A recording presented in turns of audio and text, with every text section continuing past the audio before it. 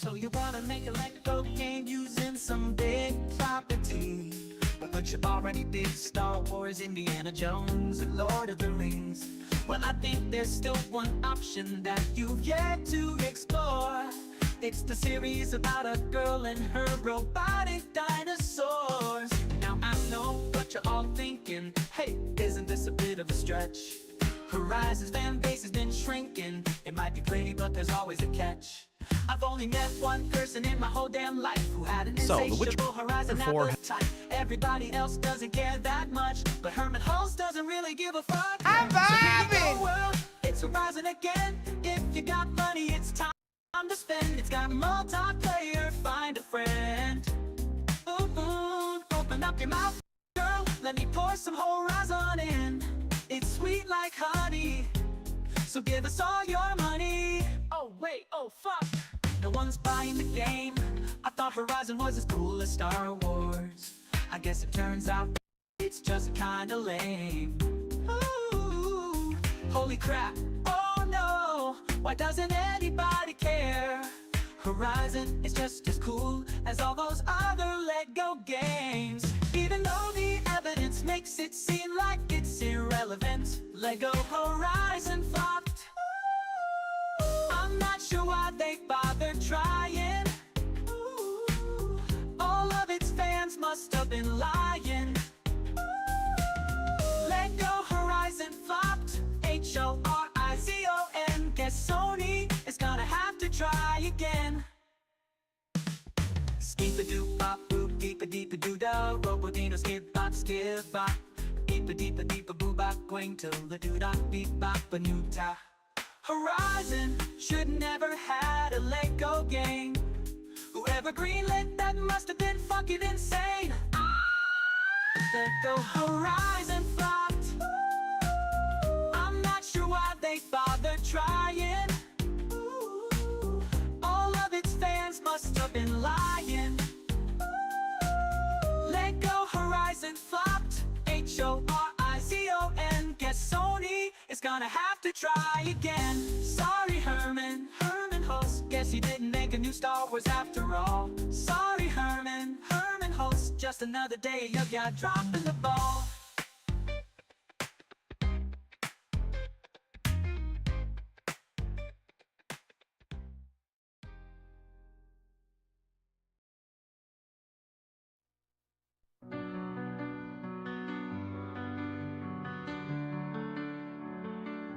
Imagine a hero shooter where the hero never showed.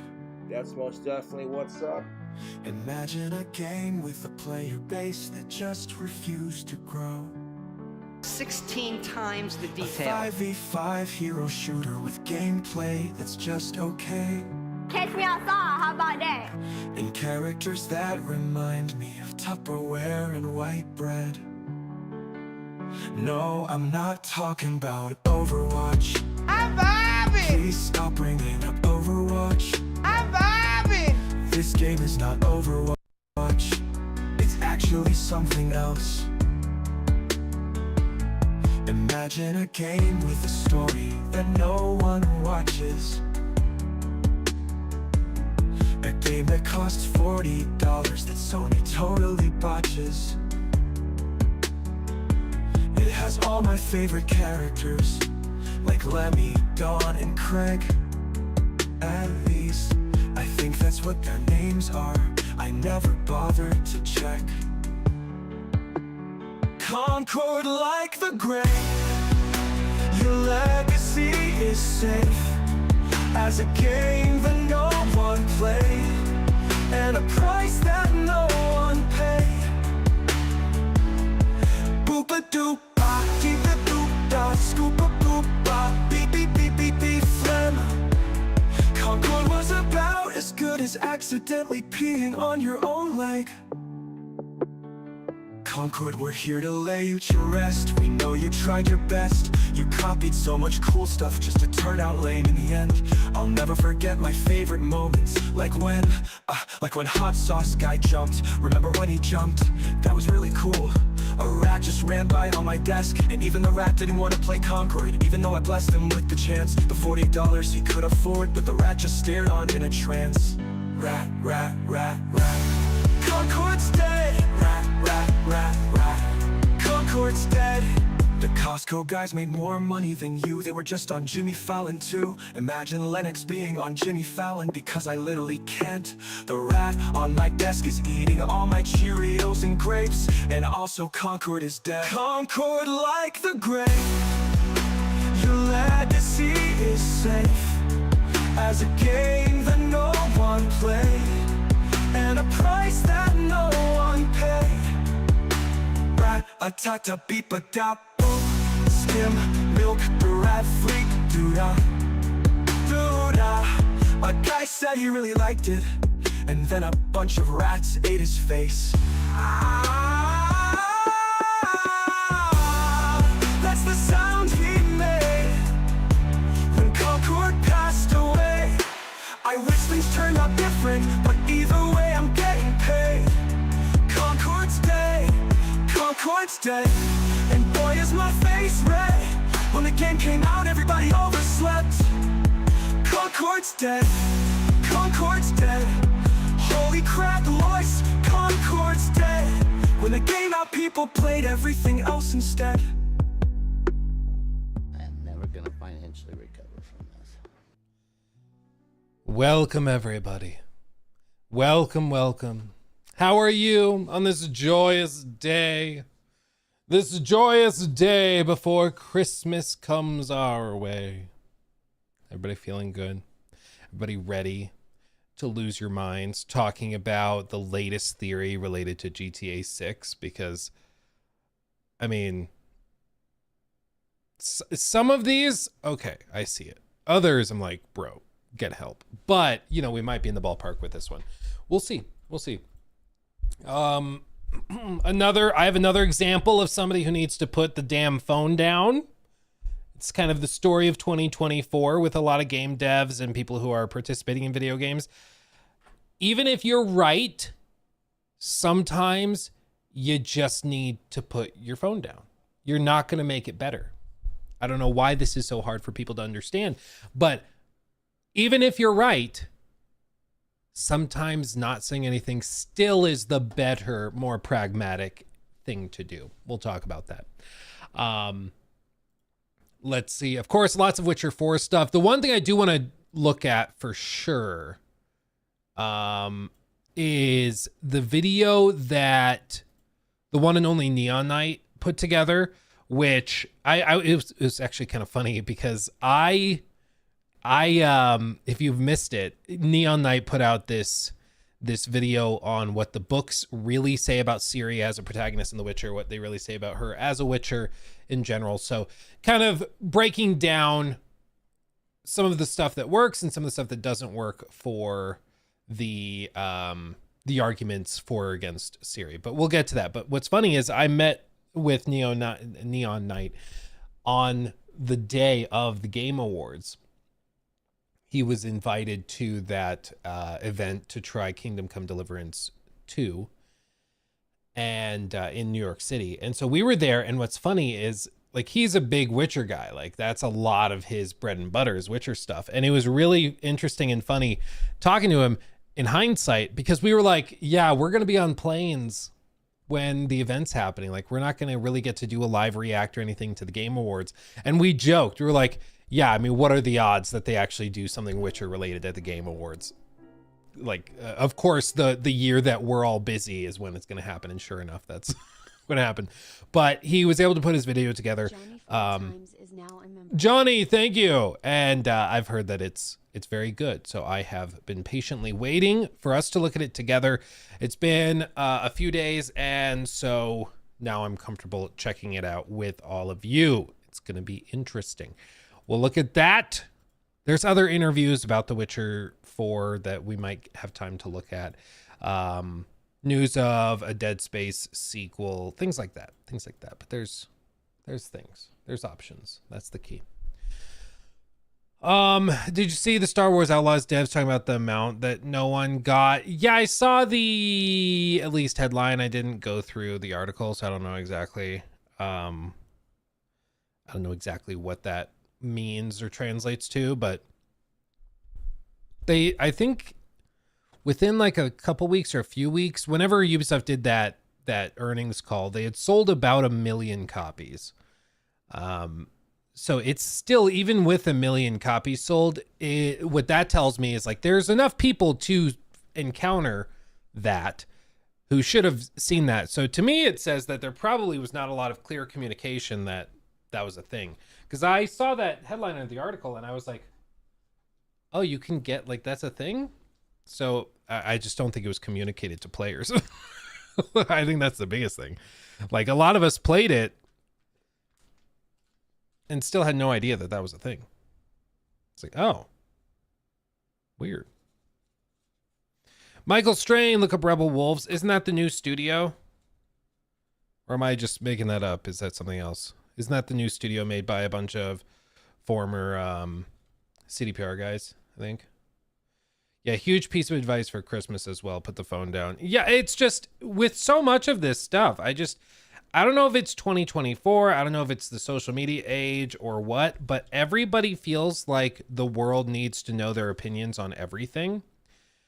And hate to break it to you, no one cares. Like, no one cares what you think about stuff. It's okay. Like, if they do care, they care about some very particular sliver of your expertise or specialty, whatever. But in general, like, it's like you know, in Hamilton, when is it Aaron Burr? No, whoever it is, Hamilton's talking to him, and he literally just says, "Let me offer you some free advice. Talk less, smile more. You will get way farther in life if you just talk less and smile." And with so many of these people, like Avowed is a great situation, a great thing to look at, where there would be no scandal with that game if the art director just put his freaking phone down and shut up. You are an art director on a video game. No one cares about your political takes. Shocker, right? No one cares. Just like during the election, people would come and chat and be like, "Oh, Luke, are you going to be voting for this candidate or that?" I'm like, I'm a gaming YouTuber. If you care what I think about politics, like, you're dumber than a doornail. I don't know what to tell you. Like that. Nobody should care. Nobody does care. So why would I ramble about it? But like so many of these people, they're just like, it's, you know what it is? It's that South Park thing with the Yelp reviewers. That's exactly what it is.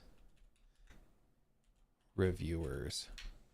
Let me see if I can find like a good clip of this. Remember where there's like the ocean of them? There's like hundreds and hundreds of them, and they're all standing out in the field, and they're like, "I have been selected by the people to stand up and review various food options from." It's like, nobody cares. But the people think everybody cares. That's what makes it annoying. No, there's not really a good clip of it. So it's specifically the shot of like all the crowds of people outside, but it's okay. It would get us copyright struck anyway, so it's probably for the best. Oh man. Oh man. Okay. Sober 141, thank you, my friend. Appreciate you. Noon Dawn, that game will be an 11 out of 10 masterpiece. I hope. We all hope. I mean, I don't think anybody. Sober 141 is now a member. I don't think anybody like disagrees. We all want more good games. Carol Danvers, she'll rip your head off and leave you bleeding out. Who is Carol? Who is Carol Danvers? Is it good? I don't know who that is. I don't know who Carol Danvers is. Do you think it's because Game Pass he doesn't care? Who doesn't care about?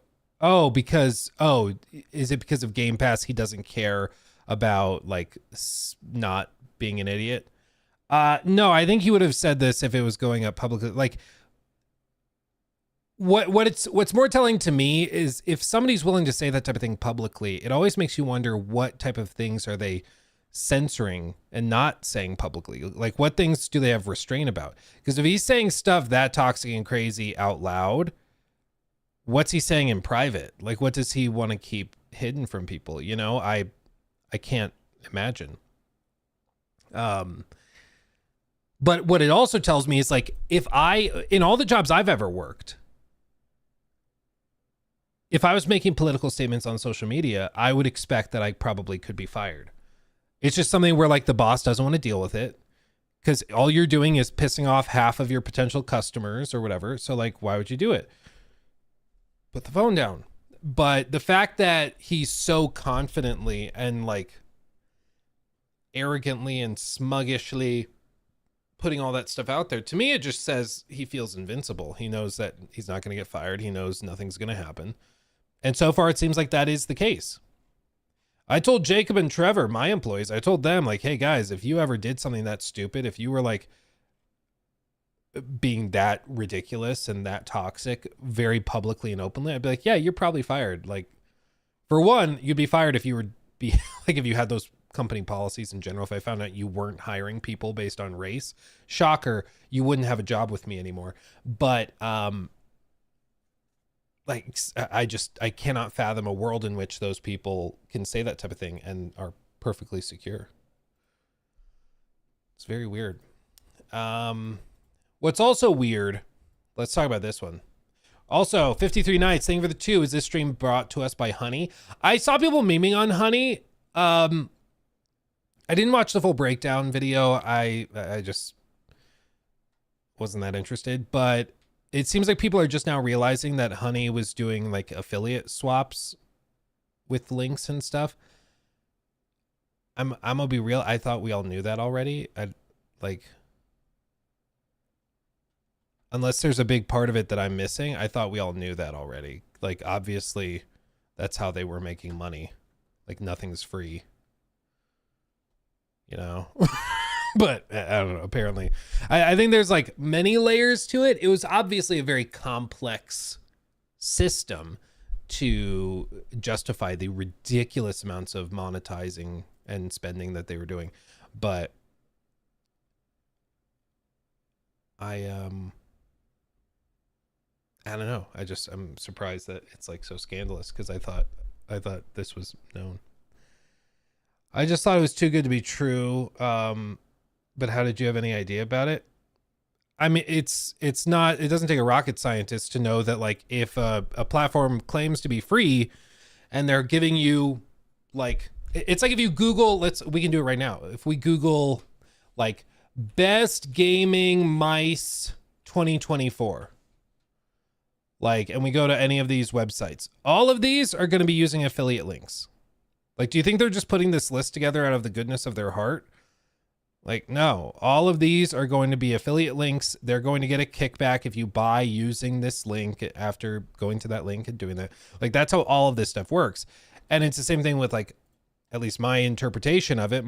What I thought was known was that Honey was doing affiliate link swapping when you would get recommended something and they're like, ooh, available for cheaper over here. And then they get a kickback on the back end. I don't know. Bust out MS Paint. Even when it's like totally doesn't call for it, it's just like. And so the key is that when Honey goes and, like, it gives you a link and then the link has an affiliate link tied to it, which we're going to call AF, and then it's going to go up here and you have to focus on the different client funnels, because there's going to be different funnels. There's going to be like a funnel that goes this way and then a funnel that goes this way. And, you know, you might be pushed back into the initial funnel, but usually not. What it's all going to do, though, no matter what route you choose, whether you go affiliate links or whether you go indirectly, it's all going to push you. Whether you went down that funnel or that funnel, it's all going to push you. And maybe you go a different route, but ultimately you all end up at the same spot. And the key is cash flow. That's what they want from you. That's the key. That's the key. I don't know. Now it makes sense. Yeah, I'm a visual learner too. I don't know. To be clear, I don't know anything about the honey stuff beyond just the headlines, because like I said, I've not watched it. I don't know. But I saw people memeing on it. I don't think we ever did anything with honey, because I don't think we were considered big enough. Like, they were only going after the really big YouTube channels like Mr. Beast. I know he did a ton of stuff with them. Linus, I think, did a ton of stuff. They had a ton of money, because like sponsoring a Linus or Mr. Beast video is like 5 figures, 6 figures, 7 figures. Like, it is not cheap, dude. Like, it's a lot. It's a lot. So, yeah. Yeah. Grow some soccer mom hair. I was thinking of doing, do you remember that old TLC show? My mom used to watch it. John and Kate +8. First episode, 2007. She had this like haircut that looked like the hair dryer behind her head blew up. So the hair was just, pff. She was just like a nasty, nasty person, I remember. Remember her? This haircut was a thing for some reason in like the mid to late 2000s. I don't know why. Maybe that's what I do. Maybe that's my next cut. Maybe that's the next do.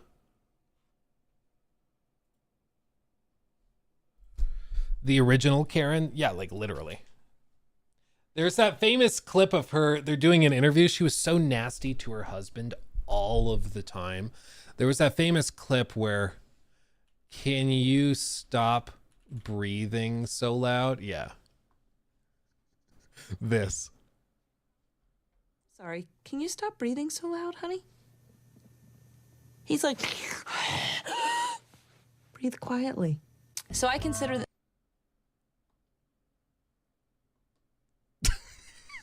They're just sitting on a couch interviewing. And she's like, can you stop?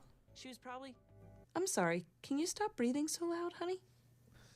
Again, like I was saying about the guy, the art director for Avowed. Like, if this is how they act in public when they know people are watching, imagine how toxic they are in private. Like, the dude's poor face says it all. That is a man broken. That is a man who has dealt with this for decades. Like, he's, maybe not decades, for like a decade. He is so done. He is so done. Then they did this whole arc in the show, if I remember right, where like they got divorced. Shocker, I know. And they tried to like edit it in a way where she was like the victim of a dysfunctional, maybe abusive relationship, but nobody bought it. Cause like we saw, like she was nasty. She was really nasty. So nobody bought it. And so they kind of re-edited it in this weird way where they acted like, well, just, you know, some relationships don't work out. It was like, it was just so stupid. It was so bad. Oh, man. Yeah. Yeah. Isn't that the Karen hair? I think this is where the Karen hair started. Like, this is where it started. This is the meme. Yeah. Honey, can you stop breathing? And then it's like the patronizing tone where it's like, can you just stop breathing so loud? You're just like, like it drives you crazy. Oh, what a woman that is. Wow. I don't think her kids talk to her anymore. The whole show was like John and Kate +8. They had like 8 kids, octuplets or something, like 8 kids all at once, which is crazy. But they had that, and now I don't think any of the kids talk to her because she's so toxic. But I don't know. I'm not up to date on my TLC drama. I'm gonna be real. I did watch that documentary on the Duggar family. I think it's like Happy People or something. You guys know what I'm talking about? I think it's on Prime. Happy Faces, Happy People, something like that.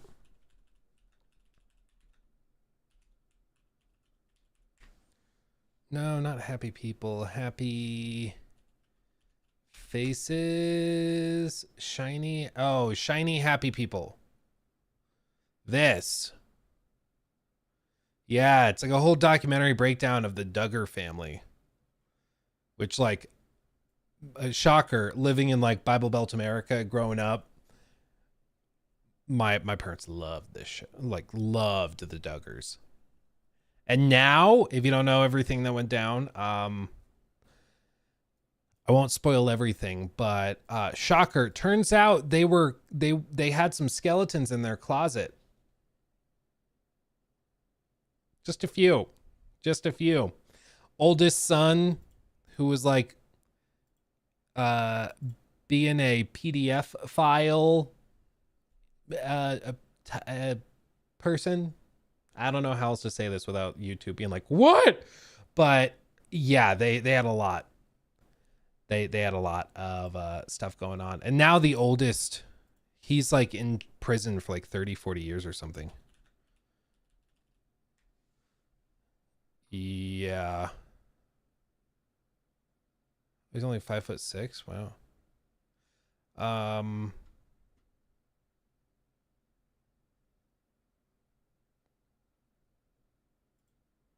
Only 12 years? Honestly, 12 years is way too short. Trial sentence. 12 years and 7 months.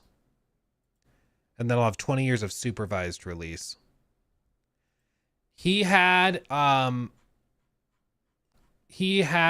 collection of materials, videos, pictures, that type of thing, of abuse of children.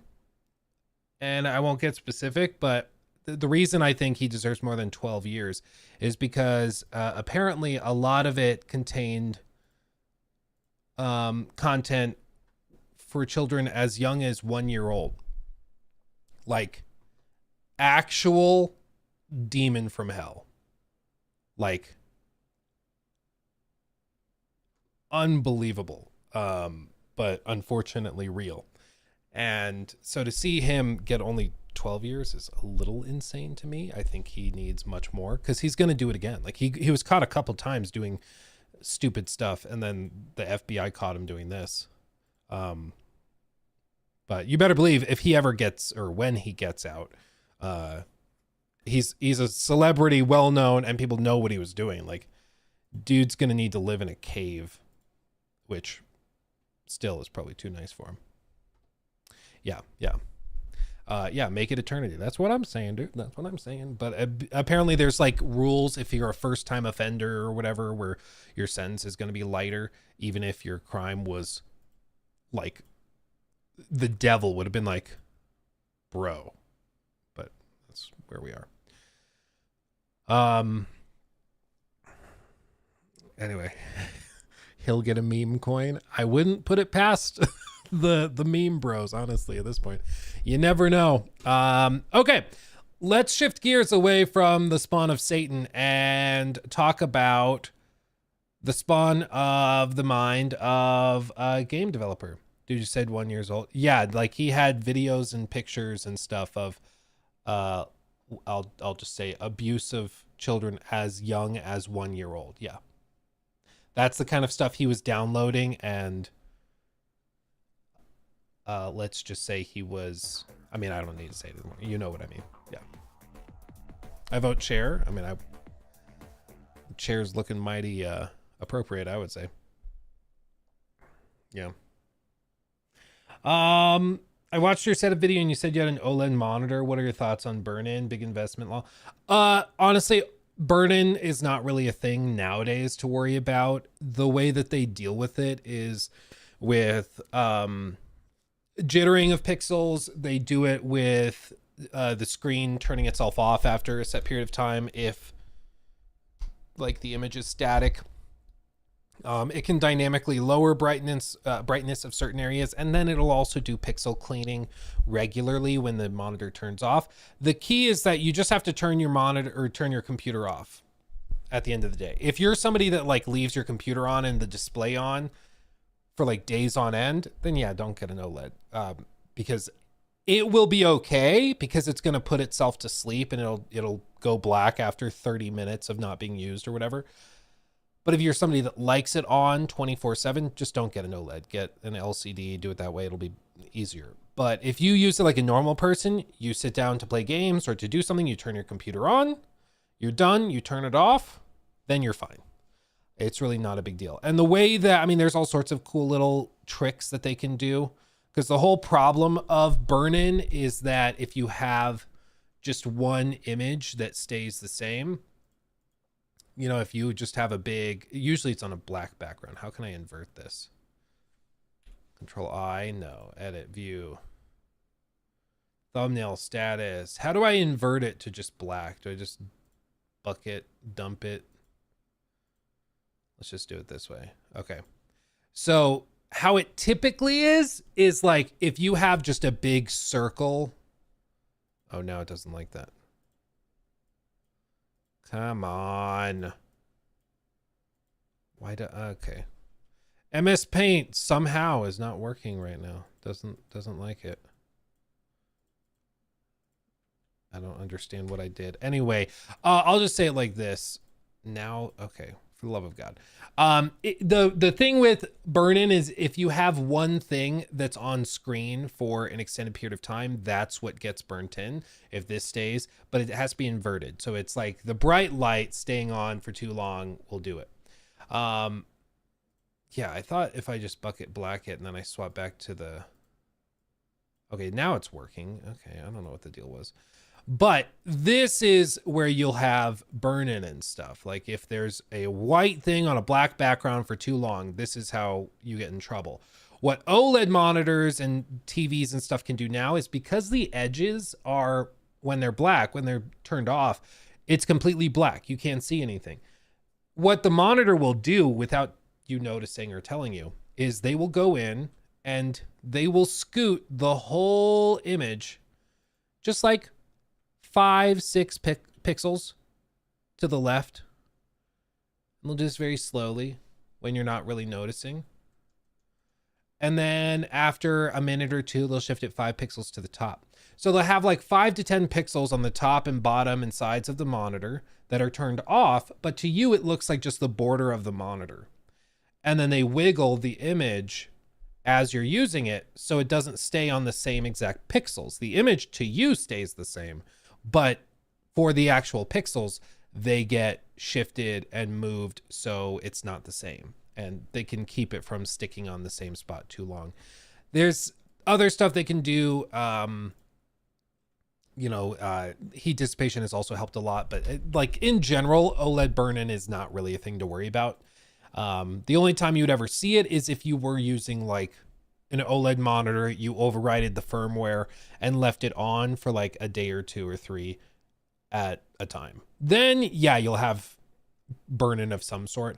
But like I sold OLED TVs back in like 2018 through Magnolia Home Theater, and they're way better now.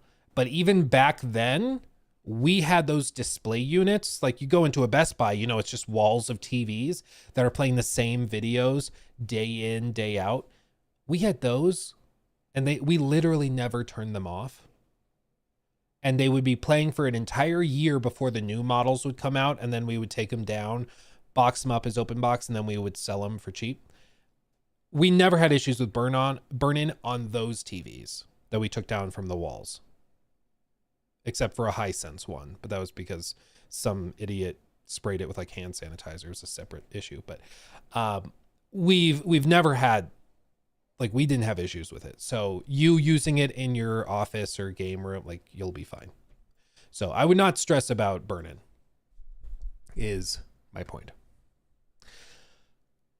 Let's see. My last 2 phones, I watched so much YouTube, the red bar was burned in across the screen. Dude, I don't even know how you would do that. That's remarkable. That's remarkable. That's crazy. Kunwar, did you see the posts claiming GTA 6's second trailer will launch on December 27th? Yeah, we're going to talk about it because I pulled some of those articles because, I mean, some of these are more convincing than others, but yeah, we'll look at it in just a second. Workers didn't get dibs. I mean, you could buy them, but we also would get things called, what did we call them? It wasn't a recommendation. It was like accommodations or something like that, but that's not right. It was something, we got these little things where you would get a steep discount. So like I have an OLED upstairs that I got when I worked there, and accommodation maybe, I don't know. Anyway, I got it and it was very, very significant. Like the TV I have upstairs, I think was like, I think it was 3,800 is what we would sell it to people. And out of pocket, I paid like $650 for a brand new one. Wasn't just employee pricing. It was because I specifically sold Sony TVs and I had certifications from Sony to sell Sony TVs. And so I did all sorts of extra training and things. So this was kind of their way of giving you a bonus, but like I got steep discounts. So you like, even if you did want a TV, you wouldn't be buying the open box one that's been going for a year and people have been touching and messing with. Because it does decrease the overall lifespan of the TV the more you use it. So it like, even if burn-in wasn't an issue on those TVs, they still weren't the TVs you probably wanted, you know, like they still probably only have a couple years left of life. My OLED LG C2 after tax was 18. Yeah, the C's are good. This is like, I think it was a Sony A8F, I want to say. A8F, is that right? Is that right? Is this, yeah, 2018. I think this is right. So it was the 65-inch whatever. And nowadays, I mean, I'm sure it's much cheaper, but back at the time it was well over $3,000 for it.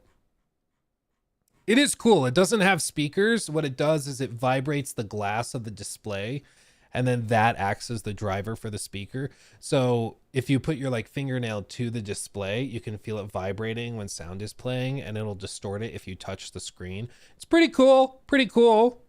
It literally makes the sound come from the TV, and because it's left-right channel, if a character's audio is routed to the right side of the screen and another character is routed to the left, the voices literally come from the person on the screen. It's pretty cool. It's pretty cool. Super practical? Probably not, but there you go. The old adage, though, that still seems to hold true is if you have a bright space or if you want something more affordable, you go Samsung.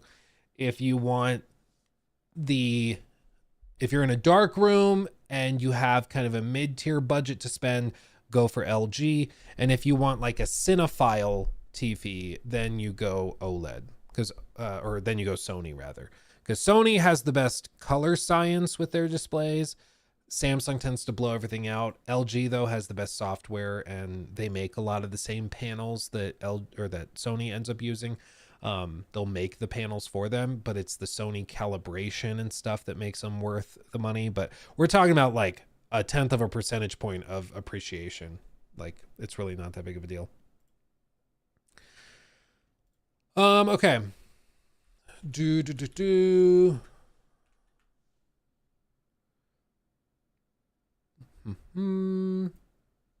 Okay.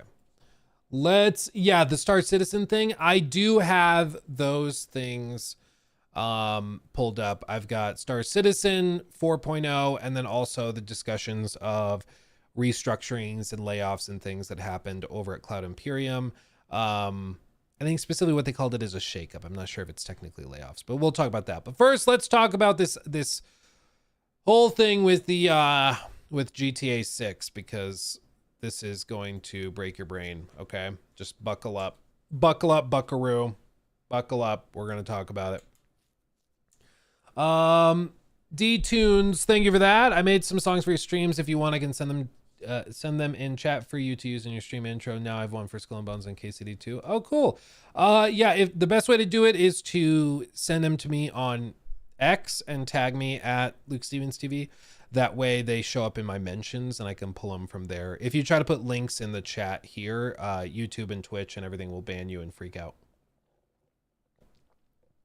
Because that's what they do. That's what they do. Thank you, my friend, though. That's cool. I'll look forward to checking them out. Let's see. Distinguished Dragon, also thank you for the 5. Hi, Luke. Good morning. Have you seen the crazy amount of content that was added in the major Pal World update? Do you think you'll revisit Pal World soon? Yeah, probably while I'm on vacation. I think I'll pop back in and give it a shot. Because it does seem like there's a lot. It does seem like there's a lot. So, yeah. And player numbers are looking pretty good, too. Okay. I played 15 hours of AC Odyssey yesterday. Dude. That's ridiculous. That's outrageous. Hopefully that means you like it. Hopefully. Okay. AC Shadows clip drop. Yeah, I have the video from Joe Raptor a couple days ago. We probably are going to do the podcast also later today, just in case anybody was wondering. Otherwise, like, our normal podcast day is on Christmas, so wouldn't really work. Wouldn't really work. Okay. Let's do it. News segment. So, people are bored.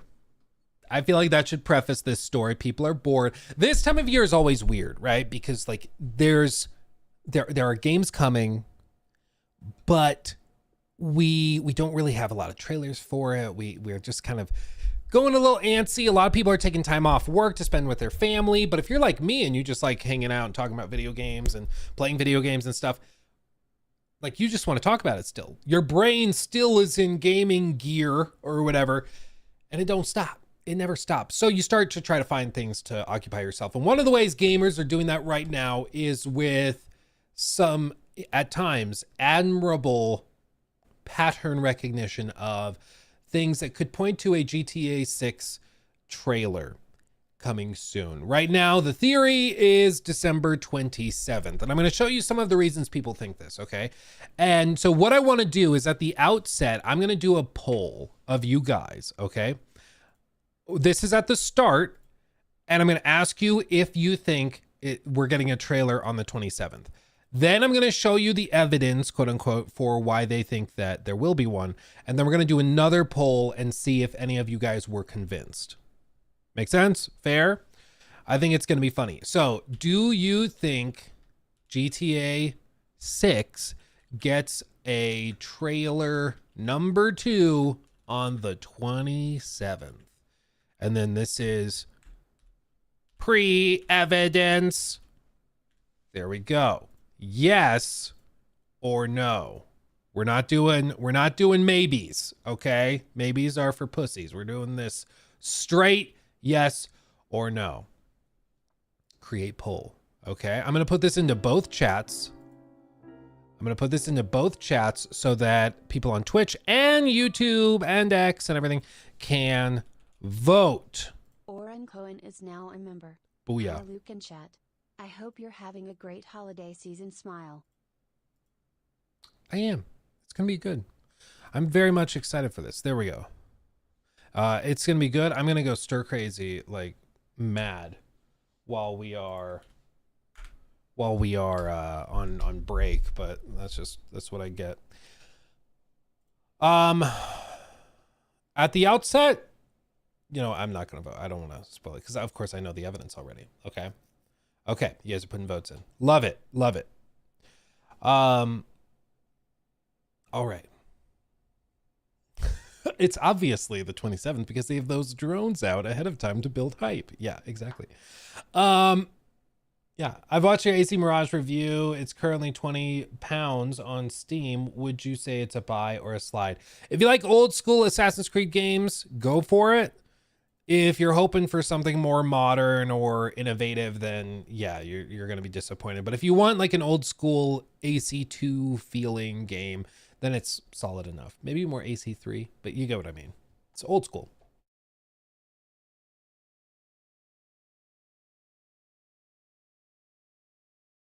Okay. So we're sitting right about 81, 82%. Oh, now down to 80% saying no. So I'm going to leave this tab open, okay? And I'm going to show you the evidence. I'm going to show you the evidence. While I have you here, if you're watching this as a clip, make sure to like the video, subscribe so you get notified of other clips, and also go check out Luke Stevens Clips, which is a third channel because we didn't have enough before for smaller, like 2 to 10 minute videos. It's a good time. So having said that, let's look at some of the evidence, okay, that has been put forward. First things first, these are in no particular order. I just want to say that, like, I know some people have like a very clear build it up, but I'm going to say at the outset, there is no particular order with these. I'm just going to point at some random ones. This one is kind of interesting. GTA 6 is built around Bonnie and Clyde. That's the whole vibe that they're going for, right? You have Lucia, whatever her name is, and then the guy, I don't remember what the guy's name is. I think it's been leaked, but I don't remember. And they're supposed to be Bonnie and Clyde. That's what they're alluding to with it. The case identification number by the FBI was apparently number 1227, December 27th. Jason, thank you. GTA 6 trailer 2 confirmed. Okay. Pros use got anything. Just wait. There's more. Okay. Look at this one. Look at this. This is, dude, some of the comments on this are pretty funny. Okay. This is straight up numerology. On the trailer, okay, where they showed the body cam, they have 8-4, okay, August 4th, timestamp 23:58:45. 8 plus 4 equals 12. 23:58:45. 2, 3, 5, 8, 4, 5. Added together. 5, 10, 18, 22, 27.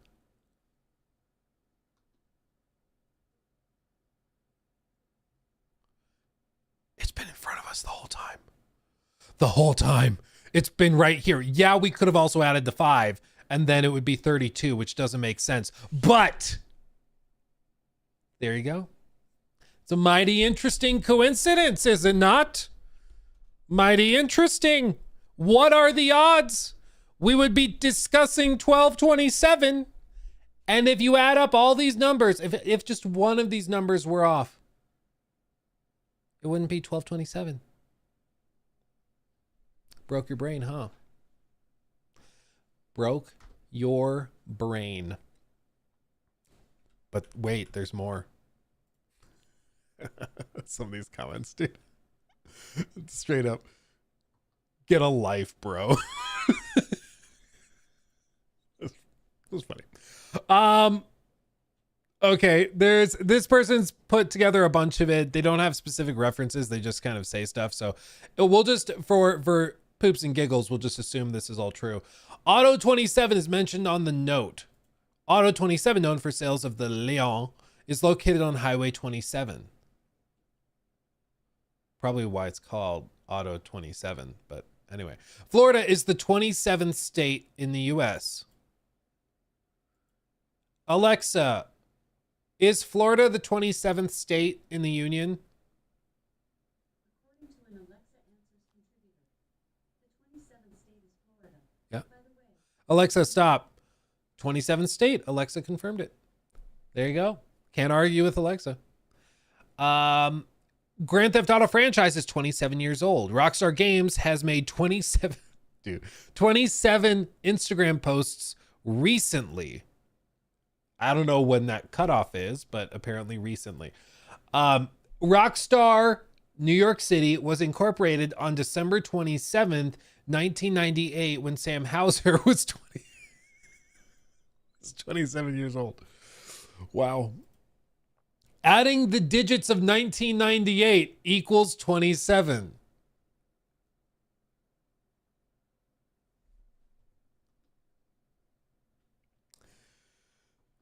The license plate on the Willard faction, I don't know what that is, adds up to 27. The letters on the plate D, 4th, and W, 23rd, combine to make 27. ABC News' location covering Leon was called ABC 27. Rockstar's 27th YouTube post features the name Jason in the title, about something else, but still. At 27 seconds into the first trailer, there's a car with 27 visible on the window. Hold on, is that true? I don't want to just blindly take all of this. You know, some of it I don't care that much to dig into, like how old was Hauser when they incorporated the studio. Like I personally just don't care. But GTA 6 trailer, okay. He said 27 seconds in, there is a car with a 27 visible. Oh, I'll be damned. It says 27 inches. I don't know what that means, but that is true. There is a 27 at 27 seconds in. Interesting. Interesting. What else is there? Oh, there's more. Oh, there's more.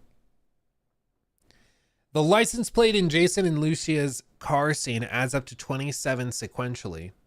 The 27th parallel north crosses through Lake Leonida. It's been 27 months since the major leaks. Route 27 is a key highway running from Tallahassee to Miami. In the general Roman calendar, 6 aligns with December 27th. Grand Theft Auto 6 could release during Rockstar's 27th anniversary year. The Akula artwork in Rockstar's Heist update features 27. Rockstar's 27th YouTube playlist might include the GTA 6 trailer. Okay, might is carrying a lot of weight there. GTA 5 includes 27 peyote plants, referenced in the Doomsday mural. Jason is currently the 27th most popular name. Okay. Really? Is this what we're doing? Okay. Rockstar has posted 27 tweets this month. The Happy Holidays trailer is crafted from 27 cutouts. And December 27th falls on a Friday, the same day as the first GTA 6 trailer was announced. Why is this last one the most compelling? Okay. I feel like I'm being lobotomized. Welcome to GTA 6 fandom, my friend. Welcome. Glad to have you. GTA Vice City's title ID is 27 in the Rockstar launcher. Something definitely is happening on December 27th. So apparently the title ID is 27 for Vice City, which indicates GTA 6 will be receiving a trailer on the 27th. Yep. Nick Tech, this is funny. GTA, possibly meaning GTA, and 2025 is 2 plus 0 plus 25 equaling 27. Confirmed. Confirmed. Okay. So there's a lot of different ways people are tying connections here. Okay. Oh no, what's this one? Take the square root of 12, 22, 24 is 349.6. Subtract 349.6 from that, 335. You get 14.6. Add 443. Divide 60.42. 14.20. This isn't coincidence. Oh, by adding all these numbers together. This is the thing with numerology, okay? Like, if you really want to find a pattern, you can find it with numbers, and like if you dig deep enough.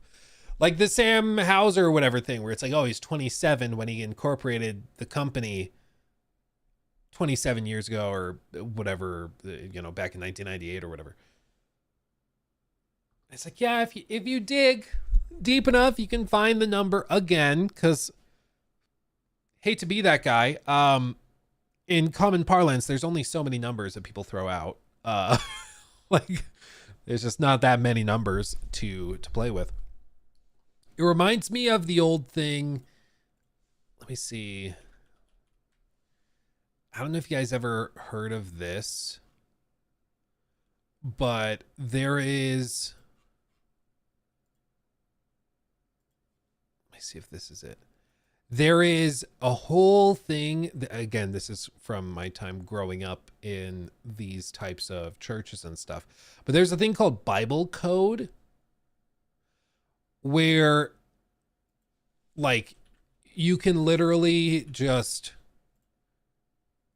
break letters down based on numbers, and then you can evaluate what that possibly means or what that refers to based on the different codes. I'm guessing this was an audience edition. You know, there's so much stuff that goes on with numerology. I've heard it used in like 9/11 conspiracies. There were the theories of MH370, where if you combine the 3 and the 7, it equals 10 plus the 0. It's either 10 or 100. 100 is the round number that the devil likes to use. And like people start to just say some pretty insane stuff because they're just looking for patterns.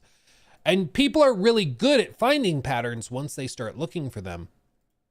And some of these that are thrown out here, honestly, are not that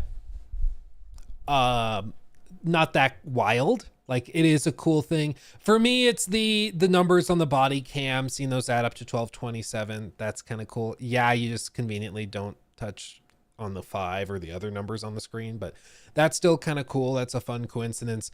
It does seem like 27 is a number that is present in a lot of places, but there's also a lot of other numbers when you start to look at stuff elsewhere on those screens. If they were looking for the number 25, if they're looking for the number 6 for GTA 6, they would find it all sorts of places.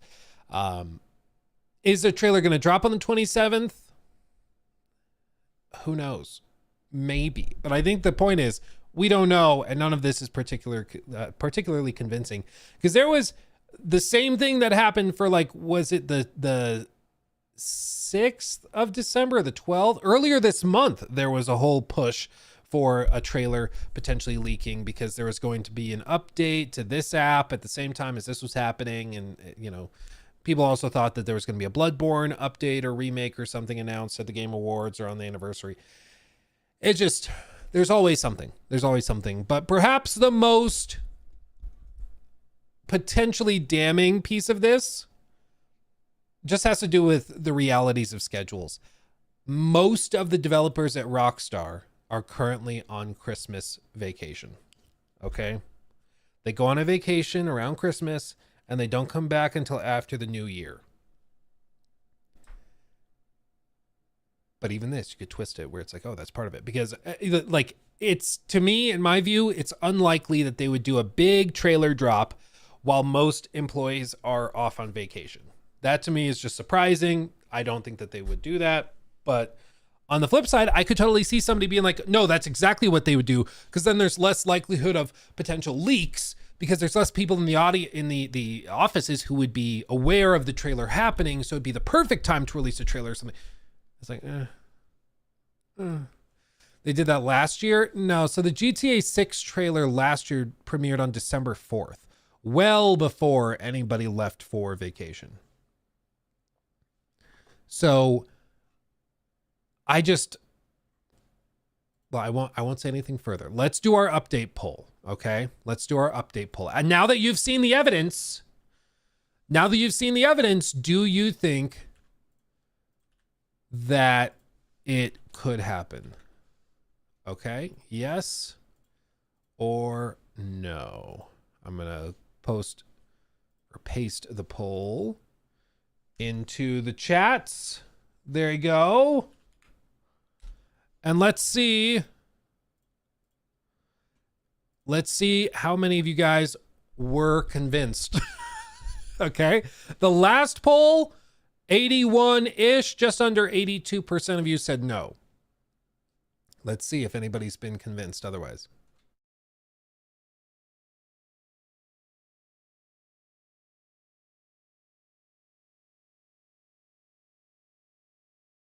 It looks like after seeing the evidence, more of you have become convinced it's not happening. The evidence actually persuaded you against the position. Granted, we still got some votes outstanding, but it seems like right now, actually, some people who thought yes initially have been convinced that it's not happening after seeing the evidence, which is a little funny. I said yes twice. Good for you. We'll see. We'll see. But I mean, I do think there's some cool little tidbits, some cool coincidences. More than anything, I think the devs are probably like, wow, I didn't know that. Did we really put a number 27 on the car that happens to be at 27 seconds into the trailer? That's cool. I think that's going to be most of the reactions. I think most likely when they drop the trailer, it will be out of the blue and just totally wild and unrelated to anything, because they don't need to do this big numerology buildup. If they do, it's just to be fun. You know, that's just a good time. But I think it's much more likely that one day the CEO is just going to be like, let's do it today. He puts the thumb drive into the computer and then he uploads the trailer and then they publish it. And that's how they're going to do it. Have you seen the cat out of the bag post by Rockstar devs? Yeah, we looked at that one on, I guess, Friday, maybe? Friday, Wednesday. That one was funny. Let me see if I have the bookmark still. Because that one was like, if you've never had a cat, maybe it's more convincing. But I'm like, I have 2 cats and hate to be that guy, but they jump in and out of bags a lot. A developer getting a paper bag, bringing it home with some merch in it, and then he takes a picture of his cat in the bag, and then the cat jumps out of the bag a minute later. I don't take that as like super convincing evidence of something. No, I guess I don't have it bookmarked. Oops. But people are like, see, it means the cat is out of the bag. Wow. Confirmed. Man.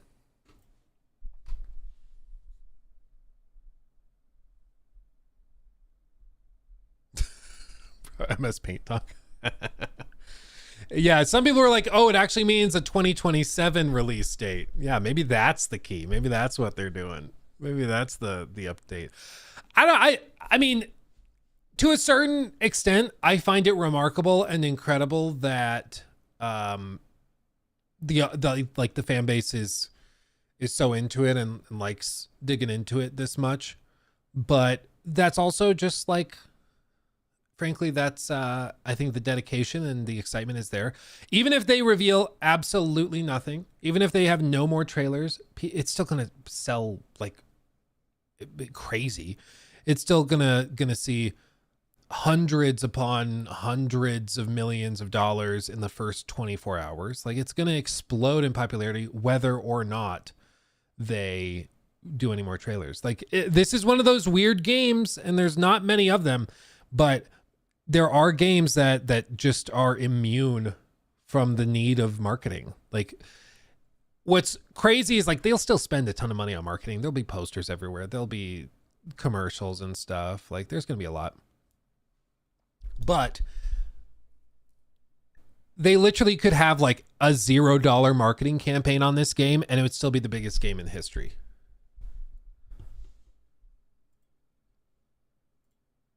They'll still market it because that's just what you do. But I mean, they could literally have the biggest game of all time and still do no marketing and it would be totally fine. It's wild.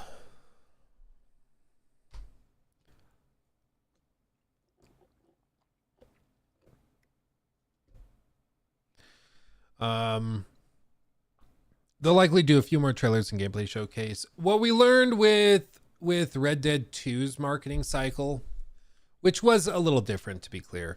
Let's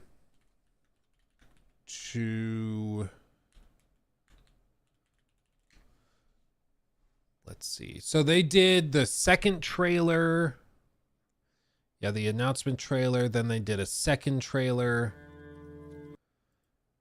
And this one just showed some more stuff. There were some more little tidbits, more environments. We had a couple looks at like riding horses and stuff. It was mostly cinematics and stuff though. Trailer number 3. The intro text, then some more kind of sizzle reel shots. Like they're just building the tone and the vibe and doing that. Some studios, they have to do big gameplay deep dives, which are like 20-30 minutes of uncut gameplay, like Crimson Desert, because people are like, there's no way this game is real, this game looks fake. And Rockstar just doesn't need to do that, so I don't think they will. Maybe, like, anything's possible, but I just don't think they need to. You get shot, I'm happy. There is a huge world to explore. Like a 5-minute sizzle reel of different gameplay shots, that works. But I don't think we're getting like a 45-minute deep dive. The gang sets up a camp as a base. This is where gang members eat, sleep, perform chores, play games, and share stories. Anyway, I got caught by some hill country shit. And the music. Ring dang do, now what is that? Soft and round like a pussycat. And he decided I was going to be hanged for it. These are the people there it Arthur is. calls family, and you will get to know each gang member over the course of the game. So, you save the silly bastard's life, and you and him go robbing sheep. Helping the camp with food and supplies will keep morale high, while spending time with other gang members can reveal new secrets, fun things to do, and opportunities for mischief. How about you and me go and redistribute some property? In and out of camp, the world is alive and responds to the player. Well, ain't this a rare Oh, they're my treat? favorite. And your guns aren't the only way to interact with the environment. Call out to a passing rider. That's a nice horse. Talk yourself into trouble with a local tough guy. Clear out. Or out of trouble with a town sheriff. Or intimidate a witness into silence, and more. Keep your mouth shut. You're dead, friend. You don't want to involve yourself with this. Confrontations can... Dude, I didn't mean to just start watching this whole thing, but it's just so good. It's just so good. Lady! Boy.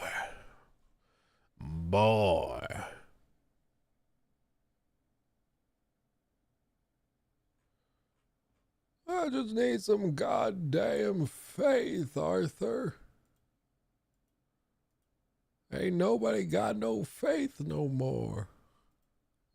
Man. So, anyway. All of this to say, GTA 6 on the 27th. I'm not sold. But here's the great thing about being skeptical about stuff, is that if there is a trailer dropped on the 27th, who will be more surprised than us? Because we didn't think it was going to happen. We're like, yeah, the evidence is a little psychotic, but whatever. But if there is no trailer, the people who went like so crazy deep into this are going to be devastated. There's even a story going on around on Reddit, and to be fair, I think this is fake, but there's a story on Reddit of somebody who's claiming they got a 27 tattooed on their arm because they're so confident it's going to come out on that day. Now, I'm guessing either this is a stock photo or somebody got a 27 tattooed on their arm because it's like their lucky number or something. And then they just like, ooh, I'll also say this because of Rockstar. I don't think somebody literally is getting this tattooed for the sole reason of the trailer dropping. But I do think there's people who are crazy enough to do it. The world's a big place. You never know. I mean, you really never know. But I think these people will be much more disappointed if nothing comes out on the 27th than us. We'll be like, yeah, well, kind of what we thought. But can't say I'm that surprised. Can't say I'm shocked. Oh, man. Mike, thank you for that. Thank you for those kind words. Appreciate you being here. Over on Twitch. Thank you. Busted Nuts sadly confirmed fake Luke. It's a Pinterest stock photo. Thank God. I told you, I was like, it doesn't, to me, I just don't buy that somebody would get this tattooed because they think a trailer is going to come out. So I'm glad that some of my faith in humanity is restored if this is confirmed fake. That's good. But still freaking funny that it can be hard to tell. It can be hard to tell if they're being serious or not. That's funny. Okay, let me catch up on these super chats real quick. Okay, saw that one. Oren, thank you again for the month. Jason and Lucia, the recipients of Stephen Ogg's off-putting cameo telling them to stay safe in Vice City. Dude, that'd be really funny if they're the ones that ordered that, if they put that in. Yeah, I don't know why Stephen Ogg just, to me, he just seems like a not very nice person. But I don't know. I don't know if that's true or not. Let's see. Pika, thank you for the 2. My birthday's on the 27th day of the month. Confirmed. Lock it in. Lock it in. That's about the level of evidence we're dealing with. Karim Ali, thank you for the 5. Hey, Luke, do you think AC Shadows will be the last RPG AC game until next generation? Because it seems like it. Also, did you see the AC Day trailer or a teaser? Yeah, I did see the teaser. I think it looked pretty solid. As for the last AC RPG game, almost certainly. Yeah. Because let me see if I have like the Jor Raptor. I think Jor went and collected some evidence of it, of the upcoming releases. Oh yeah, we can talk about that. Yeah, here it is. Here it is. I was like, I knew I saw this post somewhere. So almost certainly. So your question is, do you think AC Shadows will be the last RPG AC game until next gen? Because it seems like it. Yeah, I mean, next gen probably hits in like 2028. I think that's the expected time frame that was discussed in the FTC hearings during the Activision Blizzard acquisition. And it also just times out roughly right. Generations tend to be 7 to 8 years long, and we're probably looking at closer to 8 than 7 with just how this cycle has played out, especially with COVID kind of skipping the first 2 years. It seems they're kind of approaching like, so in terms of big staple releases from AC, Shadows is the big RPG that is expected, and their plan is to have this receive like 2 to 3 years of post-launch content like Valhalla. I know some people are like, what are you talking about? That's insane. But that's how Valhalla worked, where they released it. It happened to blow up and get tons of popularity and success, and it sold many, many, many, many, many copies. And then they put a bunch of updates out there for like, I think a full 2 years after it launched to keep player numbers really high. And amazingly enough, they were high. There were YouTubers that were making update videos on Assassin's Creed Valhalla back in 2022, like a year and a half after the game launched. And those, or 2023, whenever it was. And those videos would do like 100,000, 150,000 views. There were that many people looking for information about, ooh, the new armor set. What's that like? Like, it's huge. It's sort of this weird hybrid between single player and live service MMO. Like, it's just different. It's a weird game. It's like an MMO in terms of content updates, but it's single player. It's very odd, but that's the niche that Ubisoft has found with those big games. So that's what Shadows is supposed to be. It's supposed to be another one of those massive games. Okay. Jade is basically done. This is that mobile game. It's supposed to be out like anytime now, but I think it was Tencent. They were working on it, and then they pulled a bunch of devs off to go and work with another team of theirs on a Fall Guys clone, which, if you think it's not a Fall Guys clone, Tencent Fall Guys. Yeah, here. This is what it looks like. Okay.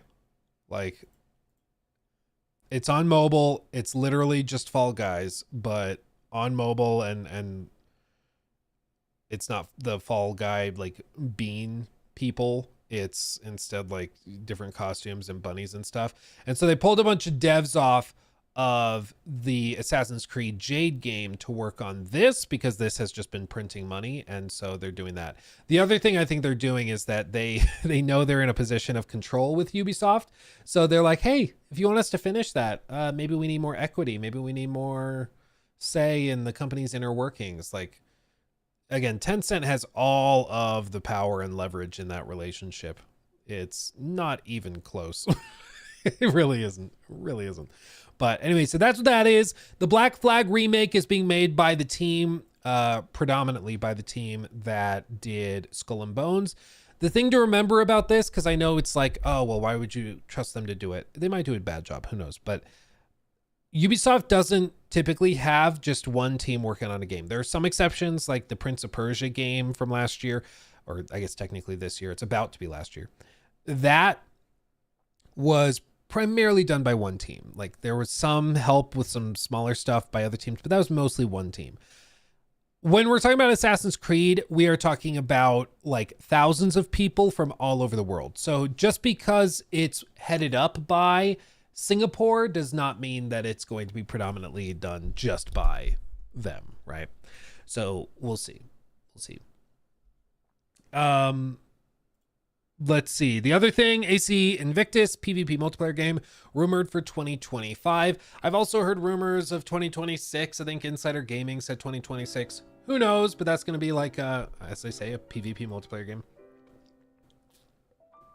Good coffee. Hexe, this is the one I'm interested in. This is the one, if you remember, the trailer was kind of spoopy. AC Hexe. Let's see. Announced in 2022. This was the whole trailer. Oh.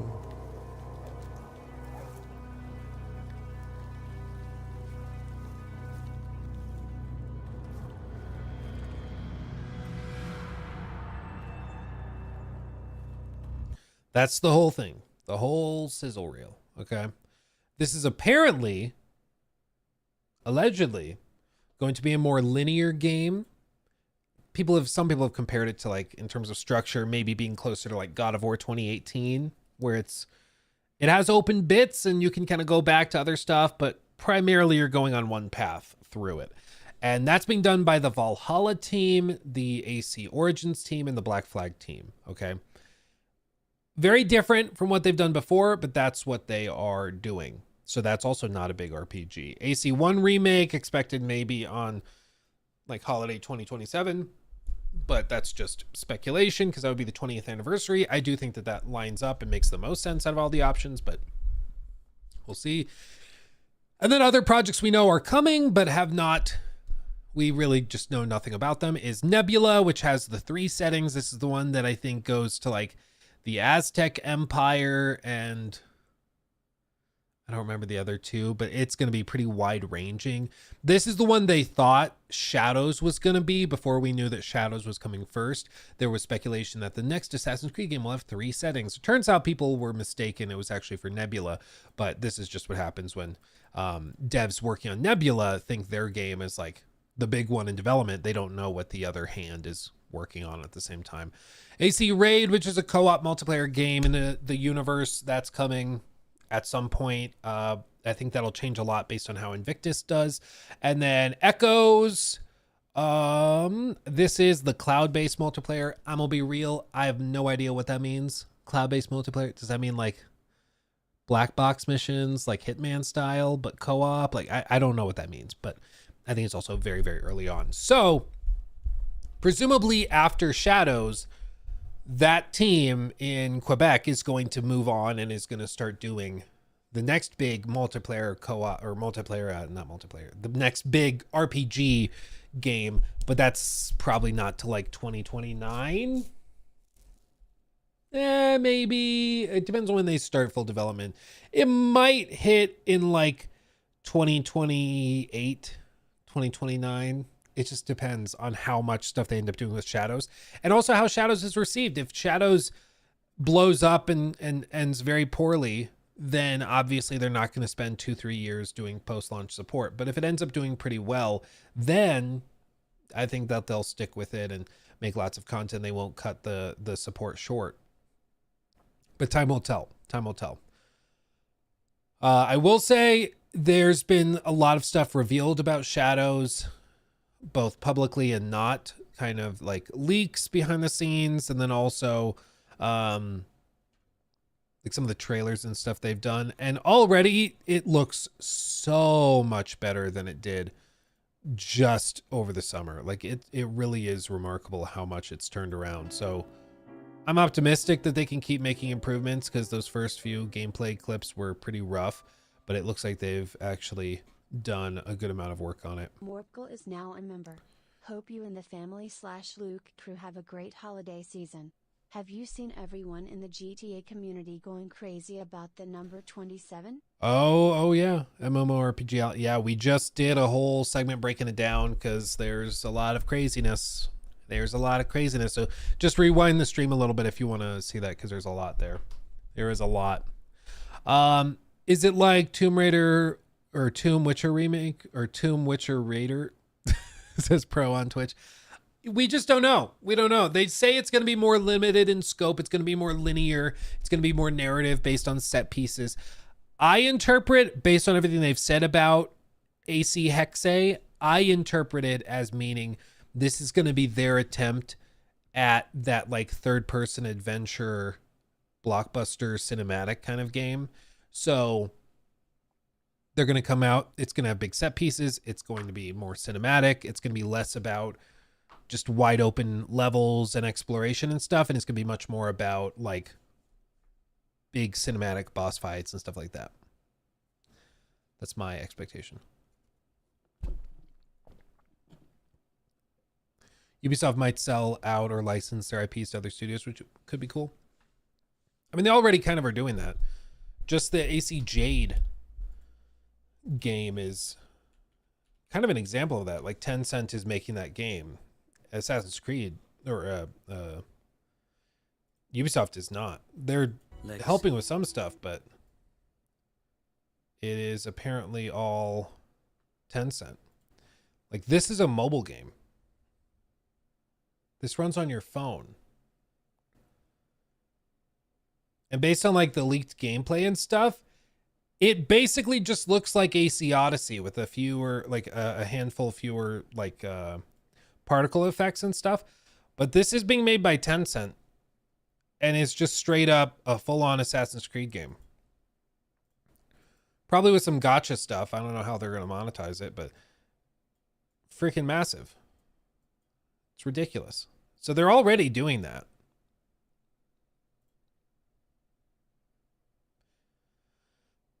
I don't think they're bringing it to PC or anything, so I think it's going to be just that. But this is the other piece of it too. This has been my conspiracy theory for a little while. Part of the reason that this might have gotten delayed, in addition to them wanting to work on their Fall Guy ripoff, part of the reason they might have delayed this is because is there mayhaps a handheld device that this could be a great fit for that will probably be releasing sometime next year? The Switch 2. I would not be surprised at all if they announce AC Jade is going to be a Switch 2 like launch title.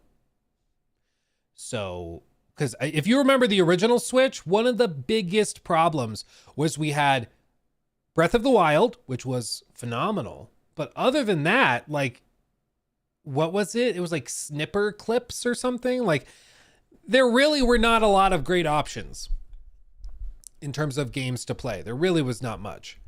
And so you just were looking for something to play, and you'd finish Breath of the Wild, then you're like, okay, I guess it's going to sit on my shelf for a few months until another game comes out.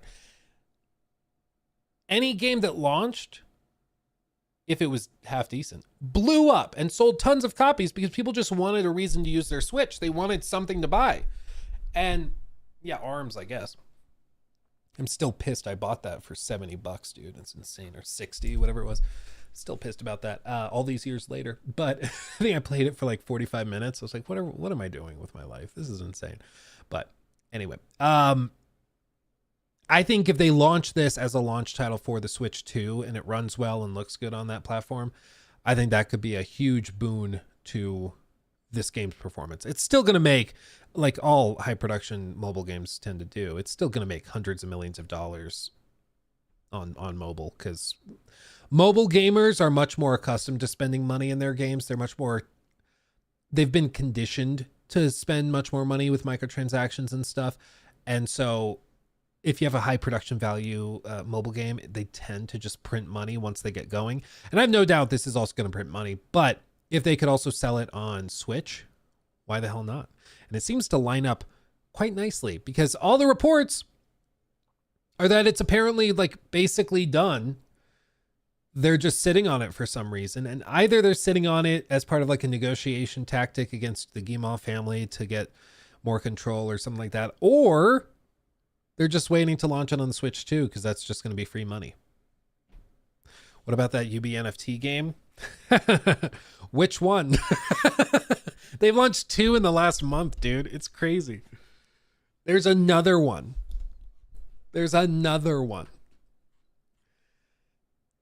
Oh, man. Anyway, so there's that. But good question. I think, though, Karim, that's the big point, is that there's almost certainly not going to be another AC game before, or big RPG Shadows Valhalla-esque game before next gen. Maybe it launches right around the time of next gen and it's a cross-generational game, but time will tell.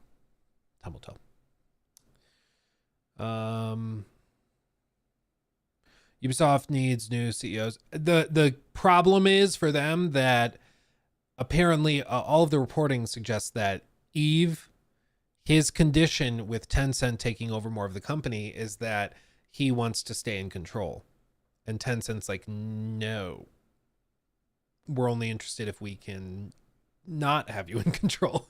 And so they're just bickering over that. Who knows how it ends though. But I've said for years, I think the best outcome for Ubisoft would be new leadership, whether that comes from Tencent buying them or Xbox buying them or PlayStation buying them or whatever. Something like that will have to happen, because I don't think Eve or any of those guys are going to leave willingly. I just don't see it. Personally. We're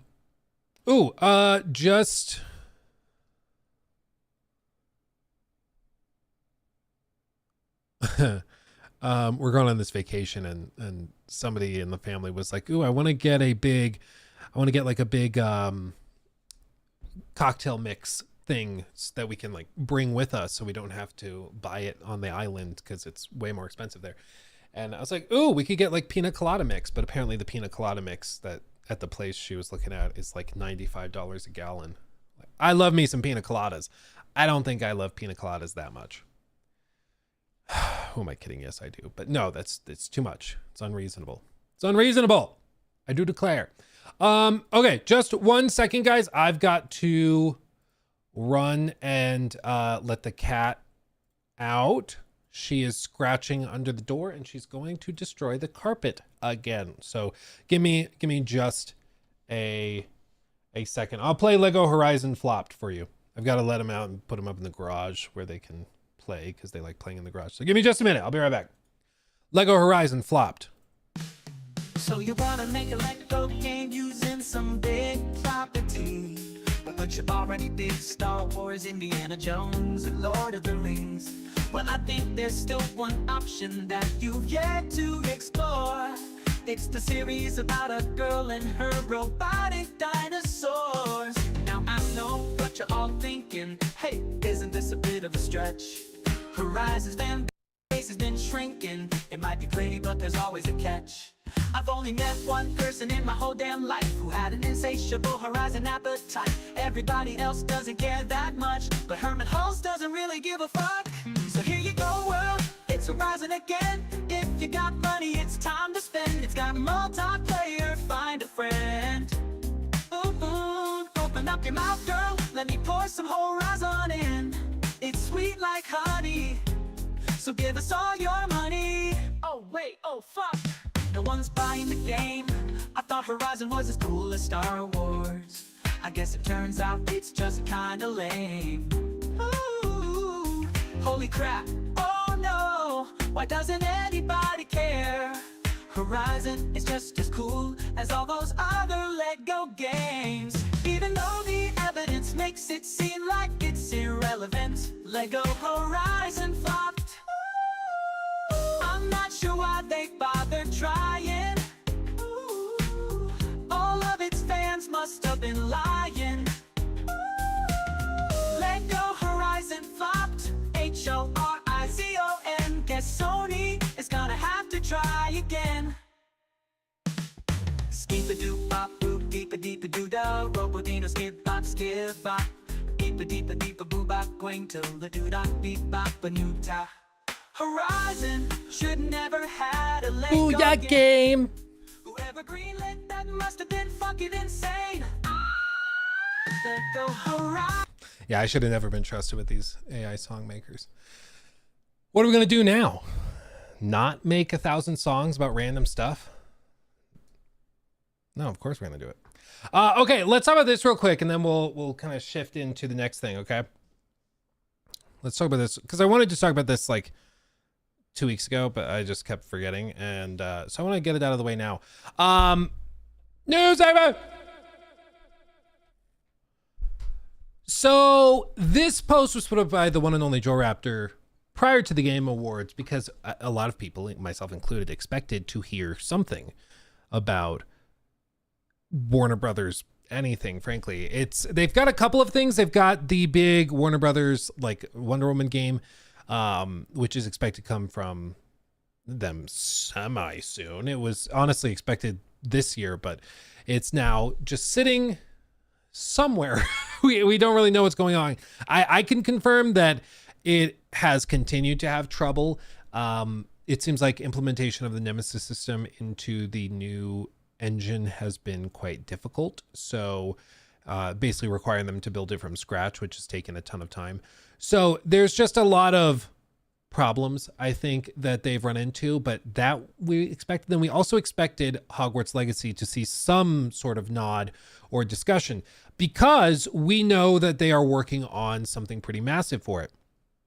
What's been called by Jason Schreier a director's cut of Hogwarts Legacy, because shocker, when you have the biggest game in a given year, you kind of want to find a way to tap into that again with more DLC or an expansion or a re-release of a Game of the Year edition that brings a bunch of exclusive stuff. Like, you just want to find some way to capitalize on it even more, especially for Warner Brothers Games, which has had a really bad go of it. They had a really nasty year in terms of video game performance with Suicide Squad Kill the Justice League.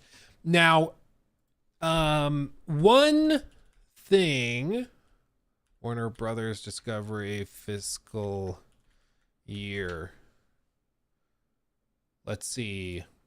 One piece of this, Warner Brothers Discovery's fiscal year ends on December 31st. So it's a standard year. They don't do the staggered thing where the fiscal year ends in March or anything. But the reason why I think that could be significant is because what Warner Brothers tends to do is they like to view things broken up by fiscal year for investors. So like they had, if this is our time period, they had, we'll say that this is 23, this is 24, and then this is the start of 25. Okay. 23, they had amazing performance with Hogwarts Legacy. Crazy. Then it trails off. 2024, they just lost tons of money with Suicide Squad Kill the Justice League. They lost like $200 million. And, then they are maybe going to dig themselves out.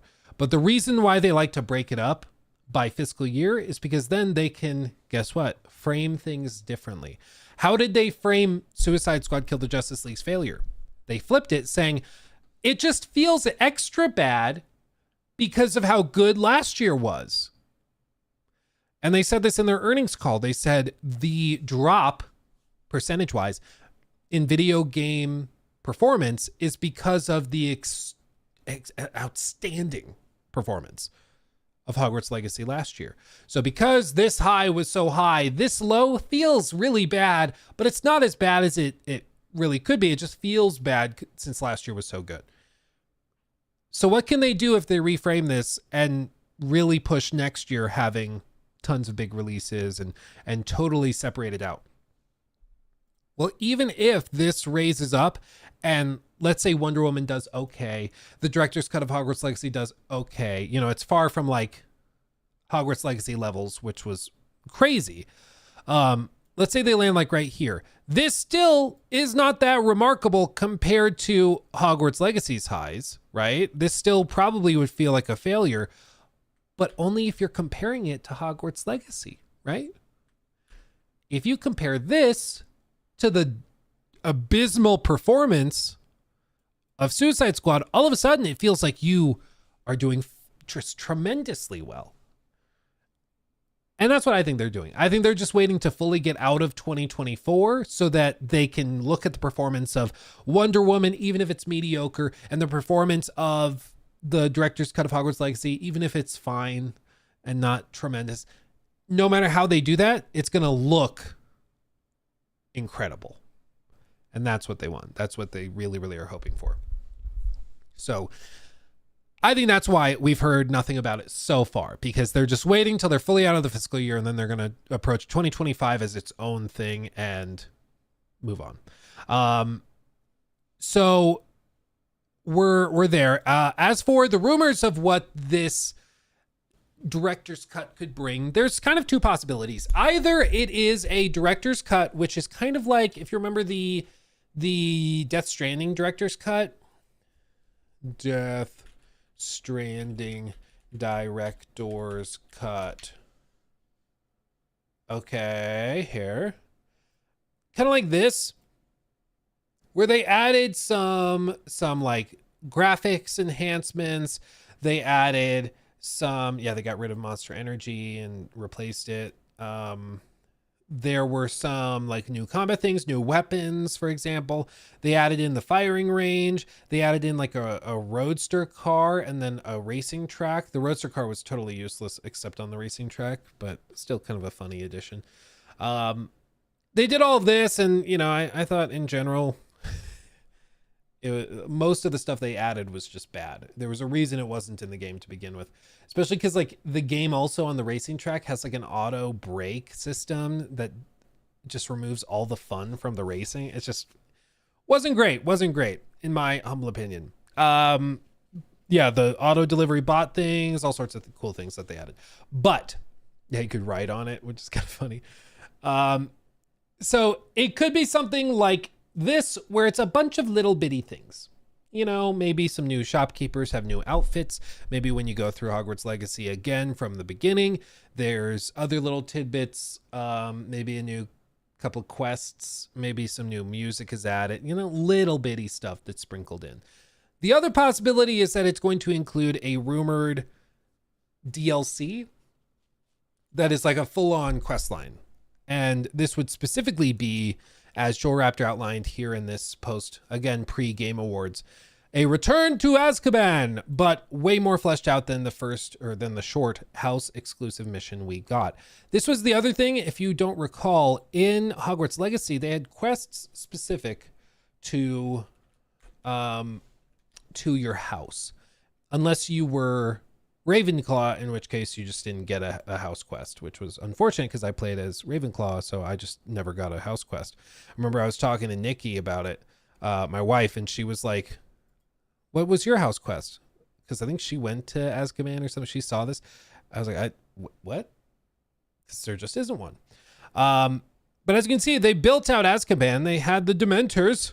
Watch out, Michael Scott. And so they had this in the game, but this is pretty much the entire quest line. Like, you go there, you have a little bit of dialogue, you walk with her, you hear some people talking. Okay, you walk, you see more people grabbing at you. And then you go up here. There's a little bit of dialogue as she's scratching at the rocks. Ooh, spoopy, so spoopy. and then this happens and you warp out and you pop back into the open world. Like, that is literally the whole thing. That's the whole quest. All you got to see about Azkaban. That's the whole thing. For the critique, I went and I started a new character and I went through and I played through it with this to see that quest line. When I played, I was like, oh, I'm both glad it wasn't that crazy because I feel like I didn't miss out on much, but then I'm also kind of bummed that it's not that elaborate, you know? It's just, eh. But this would be a dedicated quest line that actually explores Azkaban, that actually has a lot more stuff there. So that's one thing that's rumored. It would mean the Patronus Charm is likely candidate for new spells that would be added to your arsenal. It would kind of have to be if you're going to Azkaban. So new spells are an expected thing that could be added. There's some spells used in the films and books, for example, by Snape that are not used in the game. So there's plenty of material there. Ravenclaw also is the only house to not get a companion-specific quest line. Amit Thakar had a lot of unused dialogue in the game files, so maybe it's finally his time to shine. Apparently it was cut during development, and they basically looked at the most likely houses for people to pick to play. Ravenclaw was at like the bottom of the list, and so that's what got cut, unfortunately. But better to cut something and have a solid game and add it back in through like an update or something than have a buggy, broken, unfinished game at launch that's like broken and stuff. Like, I understand cuts need to happen, but as a Ravenclaw person, I was still frustrated that there wasn't a companion specific one there, but that could be added. So there's that. Hector Foley, the future Minister of Magic, could also be seen in the game trying and failing to fly his broomstick. Maybe a quest to the Ministry of Magic with him is in the cards. I think this is also very likely because next year is going to be the launch of Epic Universe Harry Potter pictures. Hold on. They are updating the parks. They're adding a new one, the Epic Universe park. And these, what you see here, these are actual pictures from inside the new ride. Not inside, this is the queue. So this isn't even the ride specifically. This is inside the queue for the ride. It's straight up like, it just looks like the movie. I'm going to be real, but they're going to have, these are the ride vehicles. You're going to sit on these, and then they just have lap restraints. It's apparently pretty wild, but that new theme park opens May 22nd of 2025. And it makes a lot of sense if you're going to be promoting that to also maybe have a quest line in the game where you can go to the ministry, and all this ties into the marketing of like, ooh, and you can also go see the ministry yourself in the theme park and all that, you know. There's a lot of little tie-ins you can do there. So that makes a lot of sense. Yeah, many teachers also have connections to the ministry, which adds to the speculation. Yep, makes sense. The Chamber of Secrets could also be a very cool area to explore with a quest from Ominous Gaunt, who can speak Parseltongue and would be immune to the basilisk. Absolutely could make sense. We could see underwater exploration as a new feature in the Great Lake and learn more about the Mare people. That also is a solid option. But some of this stuff I think also could just be saved for the sequel. You know, a lot of this could just be saved for that. We could also get New Game Plus. They are aware of that feedback and would like to try it. There's just a lot of things they have to consider because, of course, if you start the game and you just have Avada Kedavra, it could, it could throw things for a bit of a loop. So they have to do a lot of testing to make sure the game doesn't break if they give you all that. And they also have to have enough material for you to still work with for the game to still be interesting even on a New Game Plus, and it just, just break it. It seems unlikely that Quidditch will be added in the DLC as Harry Potter Quidditch Champions fills that need already as a separate game. This was unfortunately the reality from the very outset. Quidditch wasn't coming to Hogwarts Legacy because they were doing the spin-off game, and that spin-off game is, of course, the one and only Quidditch Champions, Quidditch. And I mean, I hope people enjoy it. It's definitely much more of a niche offering. You know, it was never going to blow up in popularity and become like Rocket League or whatever, but some people do seem to really like it. For me, the biggest thing is that at $30, it's really hard to justify. 15 is more reasonable, I think, because I think you can get, you know, 5 to 10 hours of fun out of it.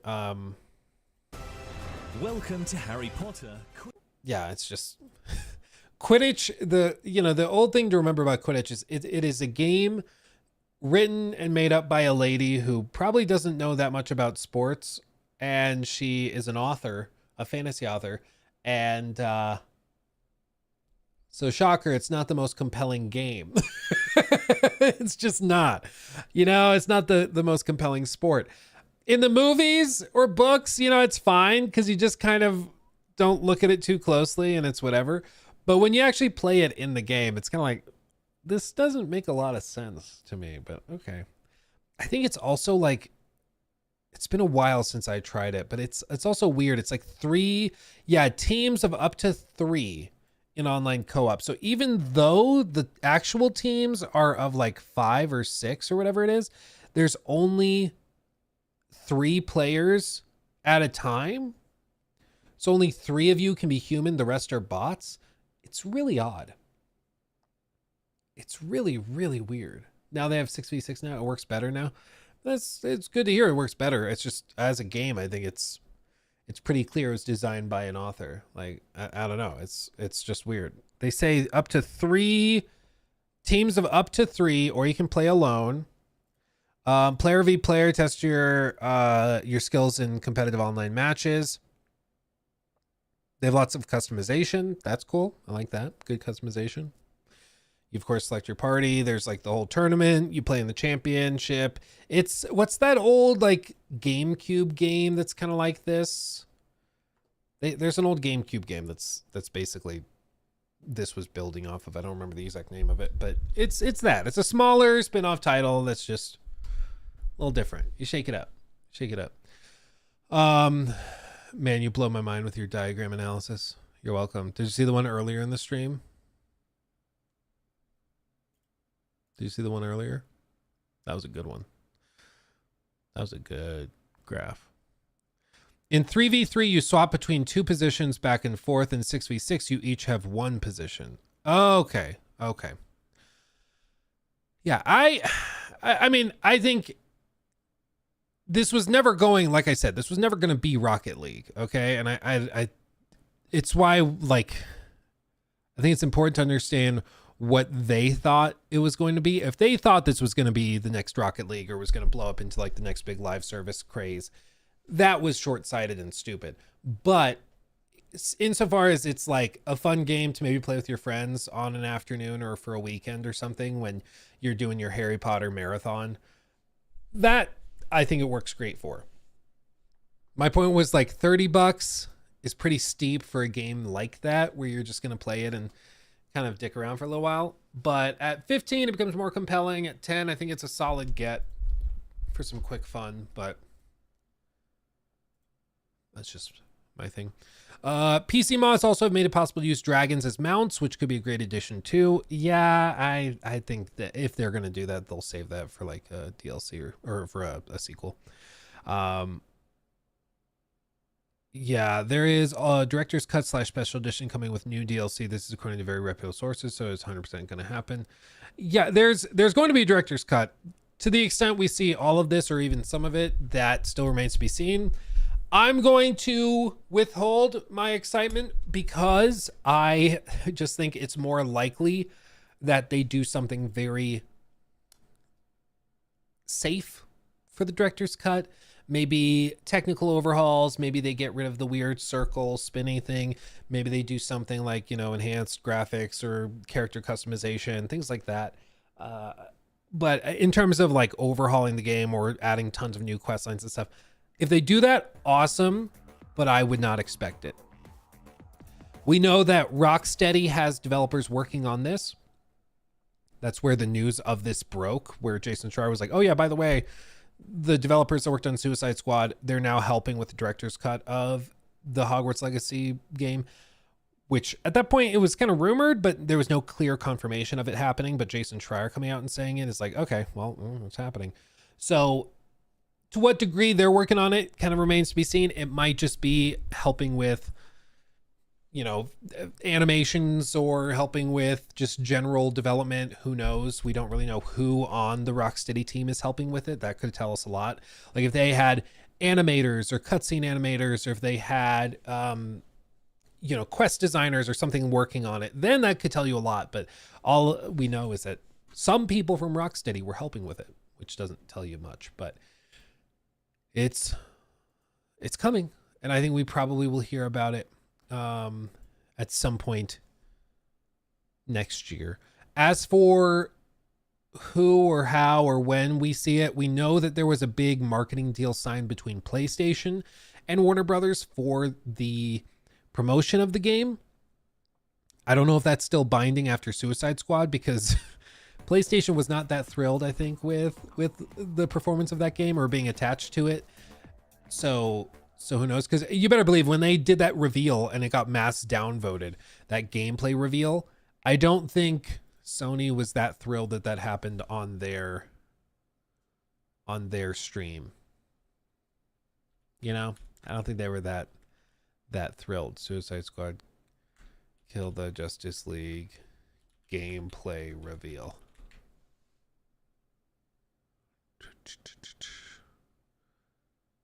Yeah. Can somebody with that dislike extension tell me what the dislikes are showing here? I'm curious. Oh, you know what? Hold on a sec. Yeah, these posts from the time. The most interesting part about this game will be reading how it all went wrong during development. Ah, yes, Captain Boomerang and his signature weapon, a shotgun. Now I understand why the two boss of Rocksteady abandoned the ship before it sank. Deadshot gets guns. Okay, makes sense. Haley gets guns. Okay, that's not out of the ordinary. Captain Boomerang gets guns. Wait, why? His weapon of choice is a boomerang. King Shark gets guns. Huh? What? He's a shark. What are his teeth for? 49, 48, 49, 49,000. Ooh. Ooh, baby. This is the thing, though, is that, like, even when this was revealed, there's people who have said that, like, in the studio, they were also surprised that the feedback was so negative. And to their credit, like, whoever was playing, I think, is pretty good. They've got good aim. I think they knew what they were doing as they're zipping around. They're hitting their shots. There was no question about that. Like, they did as good a job as showcasing this as they could have, but it's just not an interesting game, which was the problem. Shoot the zits. Pop the zits.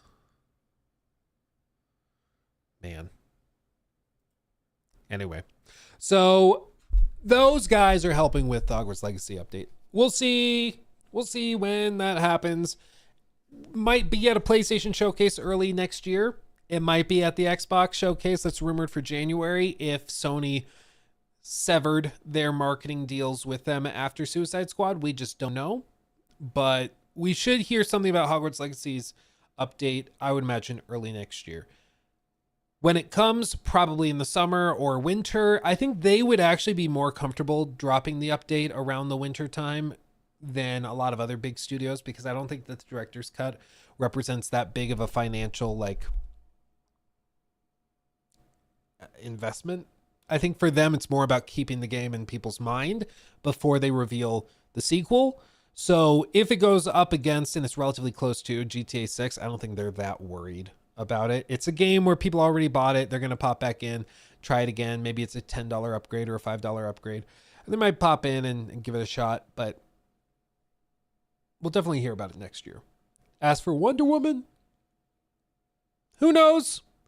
Wonder Woman is, that's a weird one. That's a weird one because it should be ready and yet it's missing. And there's not really a good excuse for why. So I don't know. If you work at Warner Brothers, Massive. Is that it? Massive? That doesn't sound right in my mouth now that I say it.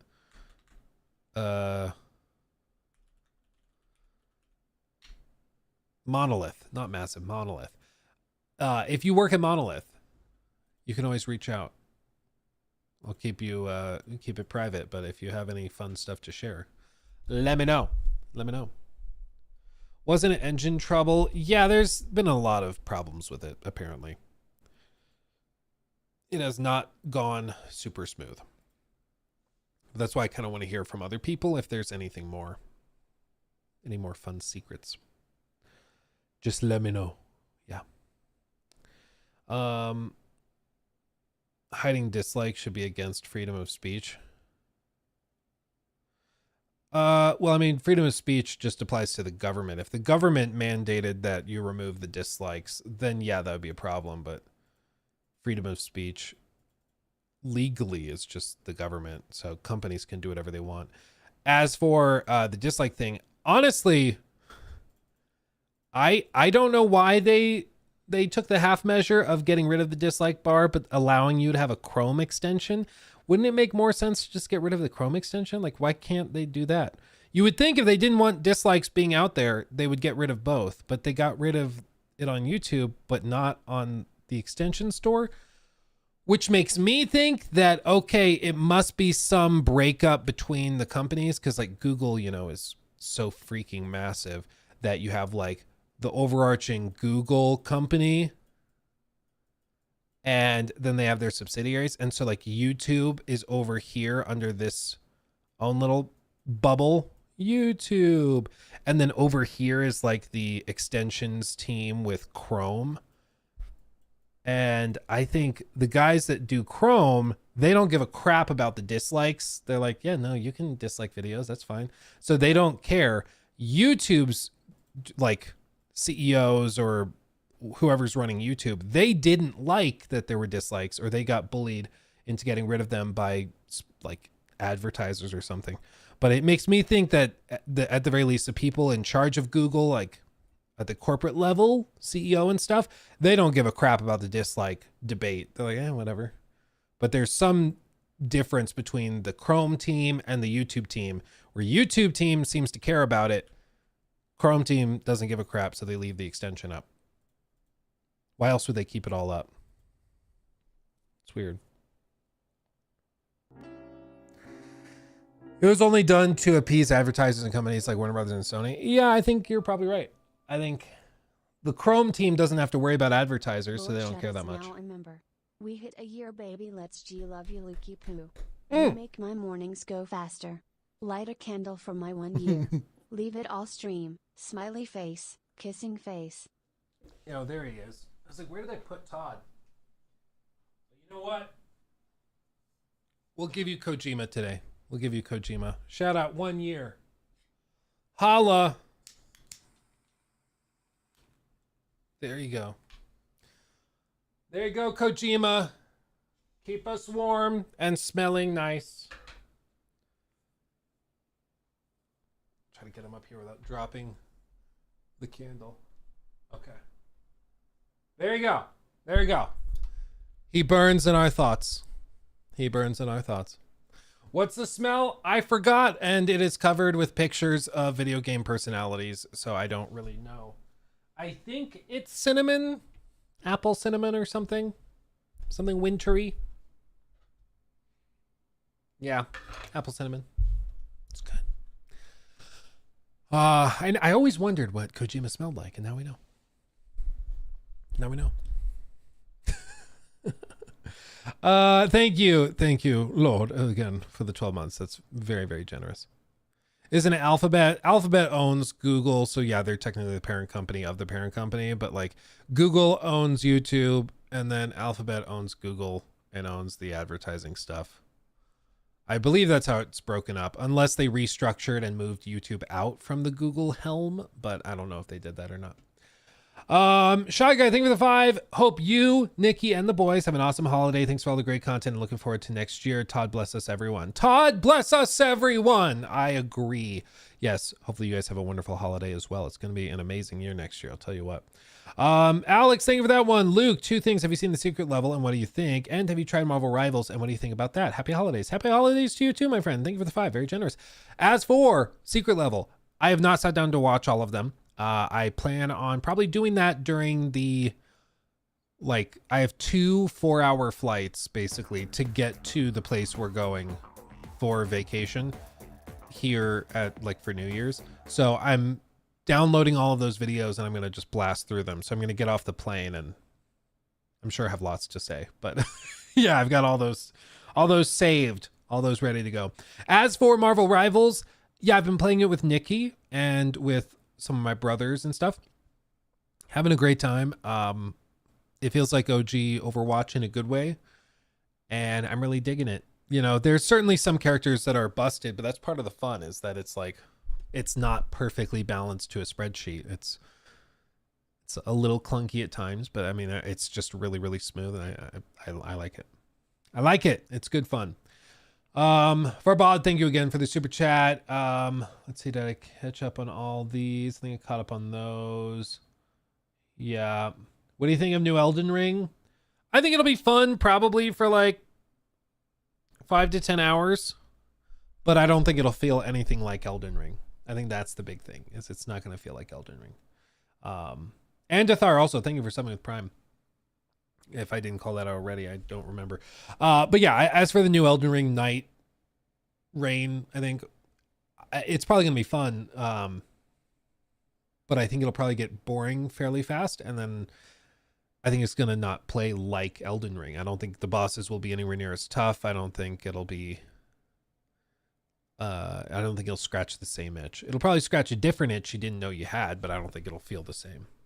So I kind of expect it to be one of those games that does find an audience. People will like it, but I think some of the most hardcore Elden Ring players are not going to like it. That's kind of my expectation. You know, the really hardcore fans, I don't think are going to be that into it. Oh, Jesus, thank you. Loxy just gifted 9 subs over on Twitch. That is crazy. Wait, that looks like... Yeah, look at that. Wow. And then did Valor also... What is happening? It also says Valorant gifted a bunch of subs too? I don't understand. I'm scared of change. Oh, Valorant says we added 1 gift sub and 24 bonus gift subs to Loxy's gift. Oh. Valorant the game added 24, so 25 total gifted subs on Twitch. What? They can do that? I didn't know that was a thing. Oh, well, Jesus, Loxy, thank you so much. That's insane. And shout out Valorant. Valorant's matching subs. Wow, really? That's crazy. I had no idea. Well, there you go. Thank you so much. Thank you, Loxy, for kickstarting that. And thank you, Valorant. Shout out Valorant, guys. Yeah, Valorant, the game. Yeah. Now I have to play Valorant. Now I have to. Yeah, why doesn't YouTube do stuff like that? Matching subs and stuff? That's crazy. Can I gift memberships on YouTube? I don't actually know if you can gift memberships on YouTube. Well, no, you can. You totally can. I don't know how, frankly. But yeah, I don't know how. I will say, after we hop off stream today, I am filming the December member exclusive video where I'm going to show you guys the game I like playing over the holidays. So if you're not a member, now's the time to do it, because you get that exclusive video nobody else gets. So consider that. And the Witcher video is almost done. And if you want that, being a member, you get to see it early. So just telling you. Just saying. Just saying. Yeah. That's wild. Thank you guys again for those gifted subs. That's wild. Pablo, thank you. Thank you for becoming a member as well. And welcome everybody who got those gifted subs over on Twitch. That's fantastic. Thank you. Thank you. Zeke, bad dreams keeping you awake, tossing and turning, restless nights, introducing the Kojima Dream Candle. Your key to peaceful, blissful sleep. Small footprint. Dreams might not be for all ages. And yeah, you're going to wake up thoroughly confused. You're going to wake up carrying a baby around and feeling handprints that aren't actually there. It's going to be very confusing. Sumaya, thank you also for 5 gifted memberships on YouTube. That's crazy. Spreading the Christmas cheer for everyone to hear. La, la, la, la, la. There you go. There's a little Christmas lullaby for you. And now you guys who just got your memberships and subs and everything, you guys are going to get that stuff early, which is fantastic. So welcome, everybody. Thank you. I know it's off topic, but you have a nice watch. Is it a Tudor or a Seiko driver? This is a Seiko. This is actually Seiko Solar specifically. It gets the job done. I like it. It's tough as nails. And it shakes up the ones that I typically wear and I rotate through. So gets the job done. I don't like that the glass is perfectly flat. Gets gunked up really easily. I like the Rolex like curved glass or curved sapphire, whatever they use depending on the model. But I like that. The flat straight across, for whatever reason, gets way dirtier way faster. I will not pretend to know why. Not sure. Yeah. Except to watch Seiko, dude. Seiko, they don't mess around. They do not mess around. I will tell you what. I will tell you what. Seiko Solar, you touch grass. No, you touch grass. How dare you? It also is nice to have a watch that's just very accurate. I have a couple of other automatic watches, and if you wear them a few days in a row, they start to get off by like a minute or two because they're not like... They're no Omega whatever chronograph. I don't remember the name of the movement. They're not quite on that level of accuracy, so you have to constantly adjust them. Having a Solar that's based on quartz, like it's very, very accurate, and it definitely gets the job done much, much smoother. More accurately, at least. I think you have to activate gifted subs on your end. Can you take a look real quick? Sure. While those are playing out. Settings. Maybe over here. Memberships. Memberships link. Member links. Levels. Customize default perks. Disabled channel memberships. Don't want to do that. I don't... Giving maybe? No, that's like charity, brand connect, shopping, supers.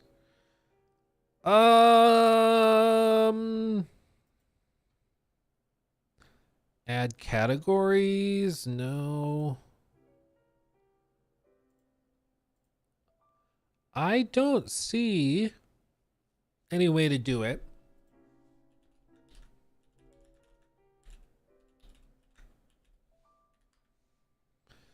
Let's see. Live stream. Go to an eligible channel. Allow. Okay, hold on. Within the live chat, click allow gifts or click the pin membership gifting. And then enable allow gifts.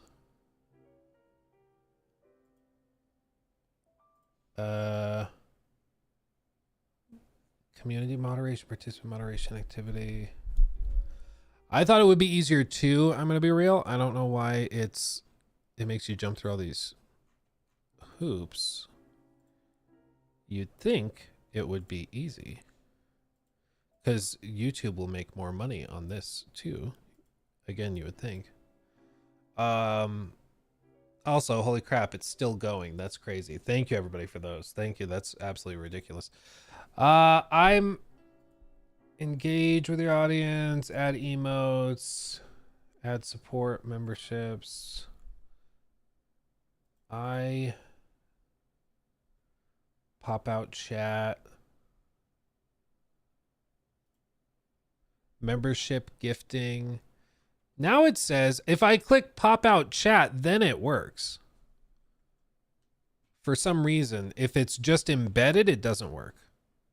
So like right here, I popped out the chat, and now if I press show support, it has membership gifting. And then you can gift memberships. But if I have it like in the actual YouTube page, it doesn't show that option. I don't understand. Well above my pay grade, I'll tell you what. Weird works for me. Yeah, I don't know, man. That's really weird. Again, one of those things should be easy for YouTube to fix, but it's going to be 3 years before they fix it. Tell you what. It's easy if you're on mobile. Oh, on mobile it works better. Okay, well, either way, thank you guys for the amazing support and everything. Happy holidays, of course, and Merry Christmas, and hopefully you enjoy the exclusive videos and stuff that are coming. With that having been said, thank you to all of you guys for that. That is outrageously awesome. I do want to show, I mentioned it earlier in the stream. I'll just touch on it real quick and then we'll move on to something else. Rosuro, thank you for gifting the membership. It's working. I do want to mention this because I mentioned this earlier on stream. So I just want to get it out of the way real quick. New segment. Or clip or whatever works for you and Jacob and Trevor. I don't know. You guys tell me what you want to do. I'm good. Or if you don't want to clip it at all, that's totally fine. I've said a bajillion times this year, it feels like, that sometimes you just need to put the phone down. Sometimes your political take is not worth sharing. Okay? Okay? Maybe you're the smartest person on the planet. Maybe you are 1,000% correct in whatever you're saying, whether it's political or cultural or about your taste in music, whatever it is. Sometimes you should just put your phone down because nobody really cares. And yet people still do it. The most recent example was Avowed, where the art director just openly admitted to not wanting to hire white people specifically. And then it turned into, you know, a bit of a scandal when people are like, that's not cool. Shocker, right? That's red flag. That's weird. And so, but like that was a totally unnecessary scandal. You know, people are talking about Avowed. People are talking about how, ooh, the dialogue looks better and ooh, the cutscenes look better. And people are talking about the game, getting excited for it. And then the art director comes out after the election ends and is just like, let me just light a match and then toss it right into the bucket of gasoline. It's ridiculous. It's so stupid because there is no reason. You're just going to make things worse. You know, you're just going to make things worse. Okay. And yet people still keep doing it. Okay. So like one of the things I've also said, I talked to somebody at a large developer that we talk about a lot. And this person works at that company and they asked me what, like, for some thoughts and stuff. Thank you, G Mendes. Todd bless us, everyone, indeed. And Todd be with you and also with you. They asked me like what I thought about their current way of handling some scandals and things were. And I said, frankly, just stop poking the bear, okay? Poking the bear, even if the bear deserves to be poked, even if you're in the right or whatever, not saying who is in the right, but like even if you are in the right, it's not worth it. You're just going to poke the bear, start a fight, and it's going to turn into a big thing that you just don't need. You just don't need. Well, it turns out there is yet another story going around from like yesterday where an actor, or rather actress, for an upcoming video game has decided to start poking the bear. And I think that this is just unnecessary. Okay. Again, whether right or wrong, why? Put the phone down. Put the phone down. Tati Gabriel, who plays Jordan in Intergalactic, the Heretic Prophet, made a post to the Instagram story platform, whatever, titled "You Mad Bro."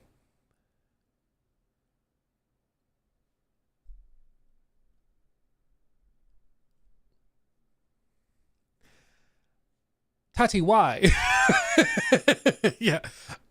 Like here again, put the phone down. Okay. You're poking a bear that you just don't need to poke. It's possible all the people that are upset about like her design or Ciri's design, it's very possible those people were never going to play the games. Sure.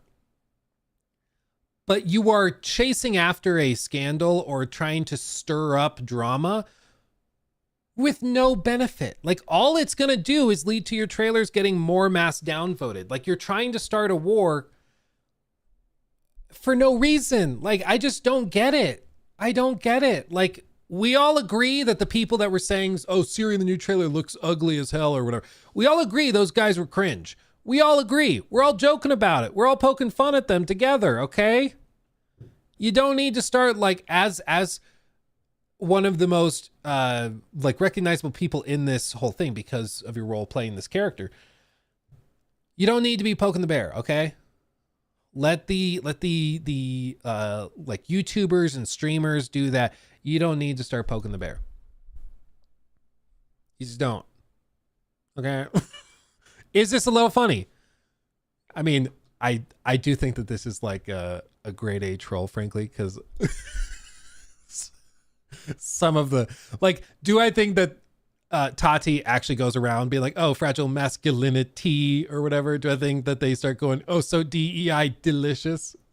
DEI-licious?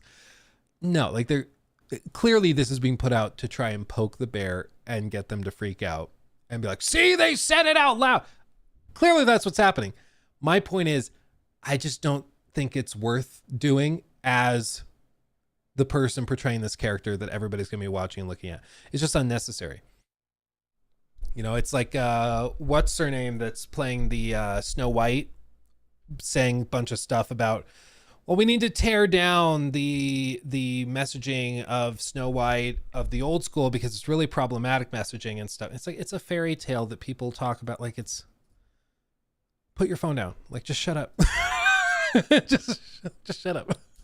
You know, it's like people just want to go see the movie. They don't want to think about that. Like, let's just be quiet. We'll let the people who are freaking out about it freak out about it, and then we just do our thing. I just don't know why we have to keep poking the bear, because it just makes the stories kickstart again and again and again, and it stirs up more and more and more when you just don't need to. You just don't need it. Hosrel, thank you for the membership as well. Thank you. Welcome. Welcome. All does create division. Well, it's just, I'm looking at it from a pragmatic perspective.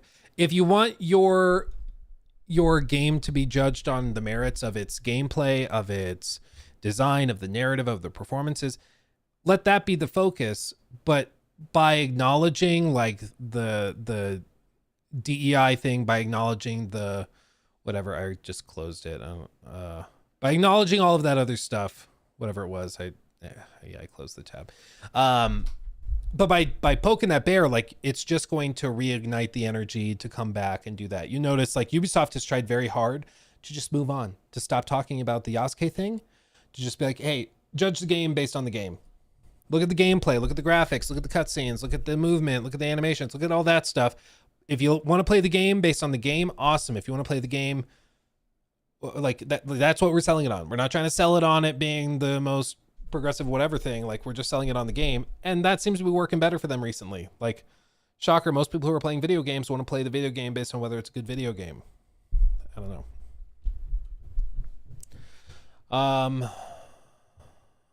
Okay. But let's say, Lucas, I kind of disagree with you here, mainly because the discourse of not poking the bear comes from someone not being tagged and attacked just for being a woman, but that's just me. No, for sure. Like, I'm breaking news. I am not a woman. You caught me. That is true. My point is, from the perspective of trying to sell your game, I don't think poking those YouTube like rage bait guys, I don't think that is a winning strategy. I think it's just going to get your like trailers mass downvoted even more. I think it's going to get the discussion around your game to just be more and more toxic. And it's going to get to the point where nobody else is going to want to cover the game, because they know if they do any videos or they talk about it, it's just going to get the comment section flooded with those guys, and they just don't want to deal with it. Like, I just don't think it is a good business move if you're trying to sell your game. It might be the best move on like a from the perspective of being like an individual or standing up for yourself against like a mob of people freaking out over every little thing. But if you're trying to sell your game, I think it's a mistake to poke the bear in that way. But I do see what you're saying. Like, I get it. I think she has the right to defend the fact that she's a woman. That's okay. To me, and maybe to her, that matters more than selling a game. Yeah, Logan, I can totally see it from that perspective, but it kind of goes back to like the guy that started freaking out after the election, posting stuff where from his perspective, he's standing up against tyranny and doing all that on social media, voicing his thoughts and stuff. And he's like, yeah, this is more important than the game I'm working on, than Avowed. And it's like, okay, but I think that's where the management just has to decide, like, at what point do we tell people to put their phones down and to just like, in this context, you are an actress in a video game, or in this context, you are an art director on a video game. What you say reflects on the game, on the company, on all this, and we got to sell the game. Otherwise everyone loses their jobs. So that's what we're going to do. Like, to me, again, I'm looking at it just from the perspective of trying to release a successful video game. And I think the more you engage with the rage bait style content, like, it's just going to pull all of the discourse for the game down. Like, you sink to that level and it all just gets pulled down and becomes toxic and miserable for everybody to deal with. Was hilarious as unnecessary. Was, yeah, I mean, honestly, it was like a little funny. The DEI-licious thing was a little funny. It's honestly pretty good.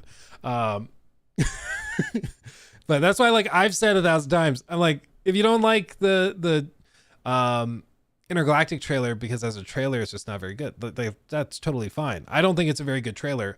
I don't think that game looks bad because of Tati's character's design. Like, no, I think that's a stupid reason to dislike it. I just don't personally think it's a very good trailer.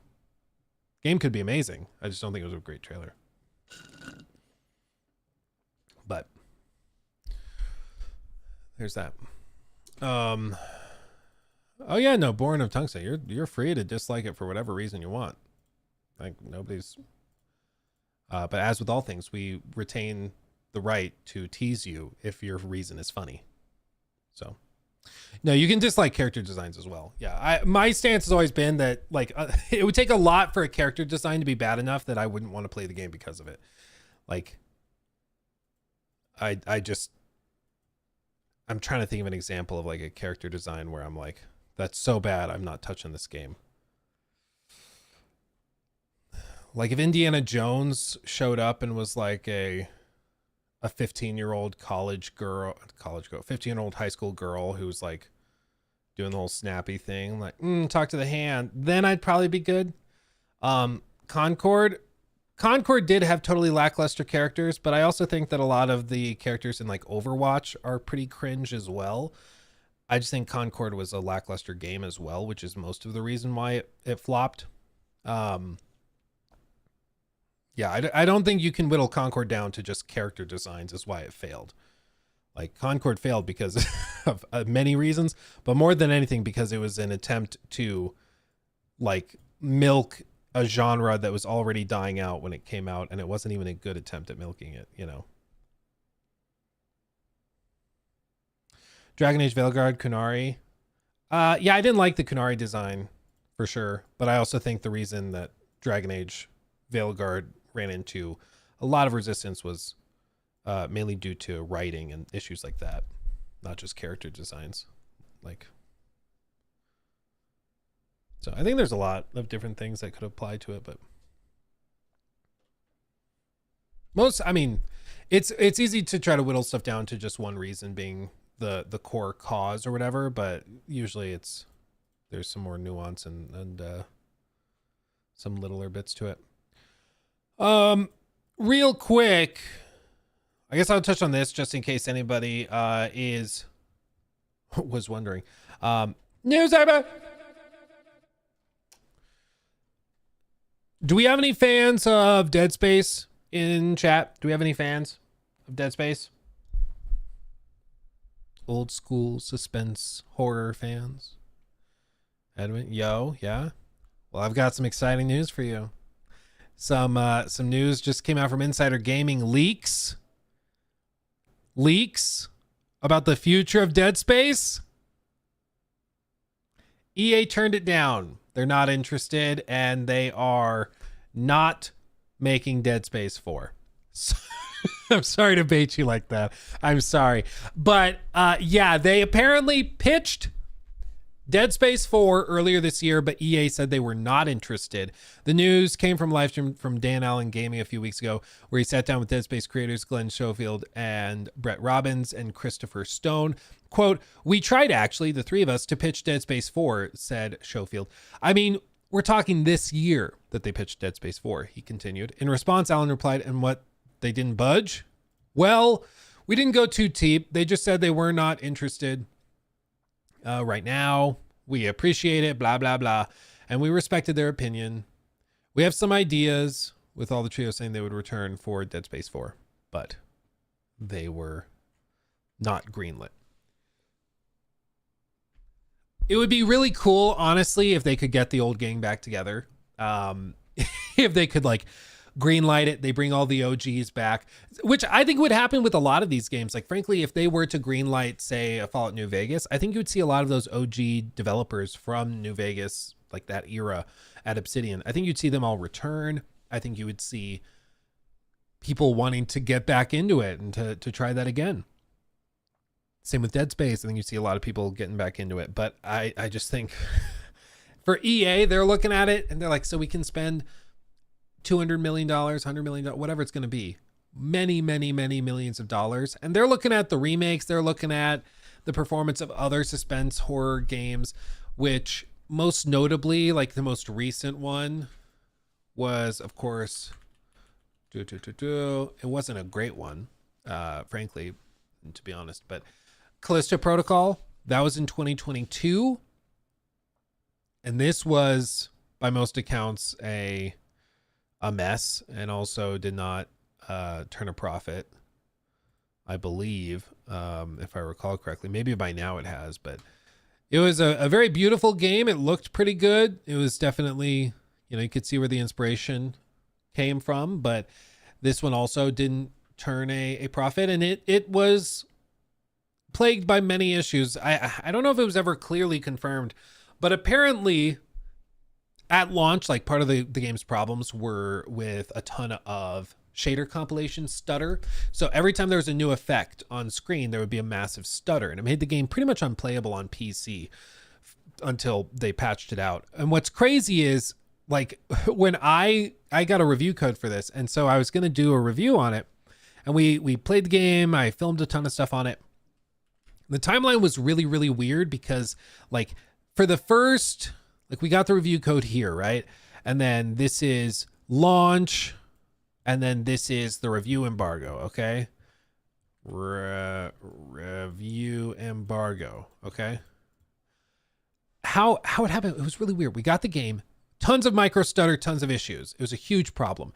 And then, like, right here, the night before, I think review embargo was like 7 a.m. or something like that.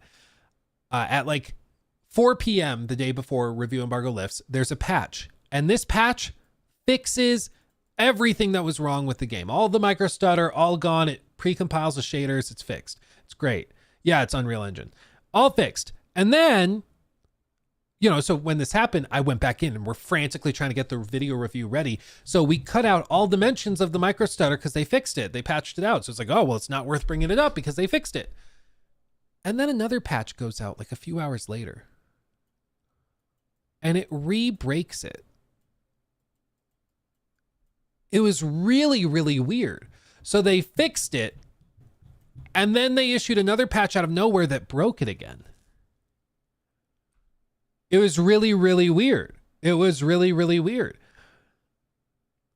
And so the review embargo lifts, and if I recall correctly, I mean, it's been, a couple of years, almost 3 years now, but when the review embargo lifted, I had a little tidbit in there, like, they fixed it and then they broke it again. I don't know what's going on, but it's been an issue. It might be fixed when you play it on the day one patch, who knows. But apparently what happened is when they were exporting the game, it has like the big list of all the little things to include in that build, so they might have, little tidbits where it's like, oh, core game is the first bullet point. So naturally you check that. And then it's like, oh, do we add in the extra DLSS support? Yeah, you check that box. This is of course very simplified, but you get what I mean. they're going through checking all the boxes of what to include in the build. And apparently in this build, they had some boxes checked like this, but one of them was unchecked. So they issued the second patch to fix that. But oops, they went through the list. They checked the box that was missing here, but for the second patch, they forgot to check this box. And this was the shader compiler, whatever thing. So they fixed one of the problems, but they reintroduced the old one accidentally. And as a result, tons of reviews and the launch of it, everything just suffered from horrible shader compilation issues. And so then after this happens, this goes out, they're like, oh God, what happened? And they had to go back in and recompile the game. And then they had to resubmit it for review. Because whenever you do one of these patches, PlayStation and Xbox, they have to certify it and approve it. And then it goes out and then it gets distributed everywhere and everything is okay. But it took a little while for that to get disseminated. And by that point, a lot of people had already decided the game ran like garbage, because at the time it did. And there wasn't much that they could do about it, which is a little crazy. But that's just how it is, man. That's how it is. Yeah, I can only feel for that dude that wasn't working on the correct branch. Yeah, like literally it was a matter of a very small oopsie, but because of that oopsie, that probably cost them tens, if not hundreds of millions of dollars in like public branding and value. Yeah. What game is he talking about? Callisto Protocol. Yeah. But all of this to say, I think that that's probably part of the reason why we are seeing a sort of shifting of approach to the Mass Effect thing. I think that they just were like, it's probably not going to turn a profit. We're good. And that's why they backed out of it. So sorry, Mass Effect fans, but I think Callisto Protocol, the remake, not doing amazingly well. I think that that's why they're just deciding not to bother with it. Maybe that changes in the future, but only if they can get costs down, because Lord knows EA doesn't want to spend $100-200 million on something like that. That might flop. Oh, did I say Mass Effect? Dead Space. Dead Space is what I meant. Sorry. Dead Space, not Mass Effect. To be very clear. They're doing Mass Effect, I think. Dead Space, no. Okay. Let's see. How did I feel about it during the golden time frame of it being fixed before being broke again? It ends on a really stupid cliffhanger. If it's super short as a game, it has very uninteresting combat that's just very simplistic, and the dodging mechanic, I didn't think it was as bad as some people said, but it's just it feels like the first act of a game that probably gets good in Act 2. But there's just nothing more to it. And the cliffhanger ending is just really disappointing, because you're like, I just did all this, I went through all this, and then it's just, yeah, it's like a solid D plus, C minus kind of game. It's just, it's, even when it's working really well, there's just not a lot to root for, because again, like you put all that effort into playing it, and then you get to the end and it's like, stay tuned for next time when the actual cool stuff happens. And it's really frustrating. It's too bad. Okay. Let's 12:34. I think we got time to do this before Jor joins us. Yeah,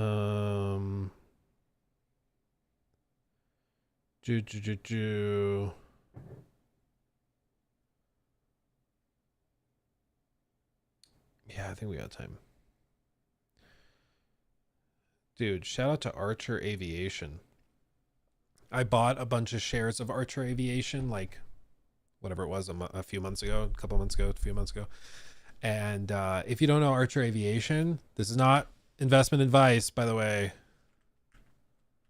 Just want to be very clear.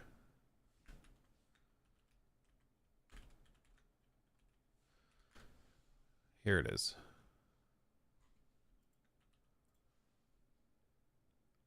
They have been on what's known as a tear. So like I got really lucky, I guess, where I bought in like October at some point. And So shout out to Archer Aviation. They just keep blowing up. It's been a good year. It's been a good year for them. It's been a good couple months, honestly. Is it a crypto thing? No, they are making electronic vertical takeoff vehicles. So imagine like in a city what typically has been used, like helicopters are used for, where you go, you hop in the little helicopter, you fly across the city because it's faster than waiting through traffic and stuff. They're making electronic versions of like quad drone type things that can fly across cities like that and have much smaller footprints, are way cleaner, way faster, way safer. And they've received tons of certifications from like the FAA and stuff. Like drones that 4 to 8 people would sit in to drive somewhere. So the idea just being like, oh, if I want to go to Boulder today, but I don't want to deal with the traffic of the highway, I can just go down the street to the Archer terminal or whatever. And it's kind of like a train ticket. You pay $10, you hop on, or you pay $50, whatever it is, and you hop on, and then it takes off and it flies you there, drops you in the city, and then you take off, fly back home, skip all the traffic, get a great view. Like, pretty cool. So Taylor Swift would be like, it's too clean. Do you have a diesel version? Do you have a version that maybe just like dumps nuclear waste everywhere? Is that possible? Then Taylor's interested. I'll tell you what. Then Taylor's like, ooh, baby. Ooh, baby. I feel like the civil air travel would be mayhem. Yeah, we'll see. But they've received tons of certifications and tons of approvals for it. It's them and Joby's the other company that's blown up with it. But they've received like the certification, so they're going to start manufacturing next year, and it seems like they actually have the potential to pop off. Yeah. I hope they're safe. Oh yeah, no, I mean, you better believe it. I don't know. I don't remember what they said the target elevation or altitude rather is. It's probably not crazy. I imagine it's like 1,000 feet. So you're probably up there with like hot air balloons, about that same height. And to be clear, like it's not going to be for everybody. It seems like it's going to be very much a replacement for the helicopter industry. That's way cheaper and way more efficient, but we'll get there. I think we have time for this. Okay, I think we have time. It might be close. We got Joe Raptor joining us here in a little bit, so we'll have to do this. Why is it in sub only mode? So you subscribe. Easy. Okay. Let's do this. Thank you everybody for the follows and stuff. Appreciate you. How the fudge should get Valorant to gift 25 subs? I don't know, man. I don't know. Okay. Jor Papa's joining us. Yeah, dude. Yeah. Why not member only mode? I thought it was. Maybe it's not. Is it not? Oops. Anyway, let's talk about this real quick. Okay. New segment. So, the one and only Neon Knight, a friend. Dare I say a friend of the channel? Who knows? But he, funnily enough, he was actually at an event I just was at like a couple weeks ago with the one and only Sir Toby. And this was a really cool thing because we got to go out to... Let's see the picture he posted of us. We got to go out to New York City and we got to try Kingdom Come Deliverance. And I'll be able to talk about that soonish. That's all I can say. But we went out there and had a really, really good time. Lord P2, Cog, Wolfheart, Neon, me, Sotobi. It was a really good time. But when we were out there, I was actually talking... I was talking to Neon and Wolfheart because we were like, this was on the day of the Game Awards. Okay, so like Game Awards is in like 6 hours from now, from when this picture was taken.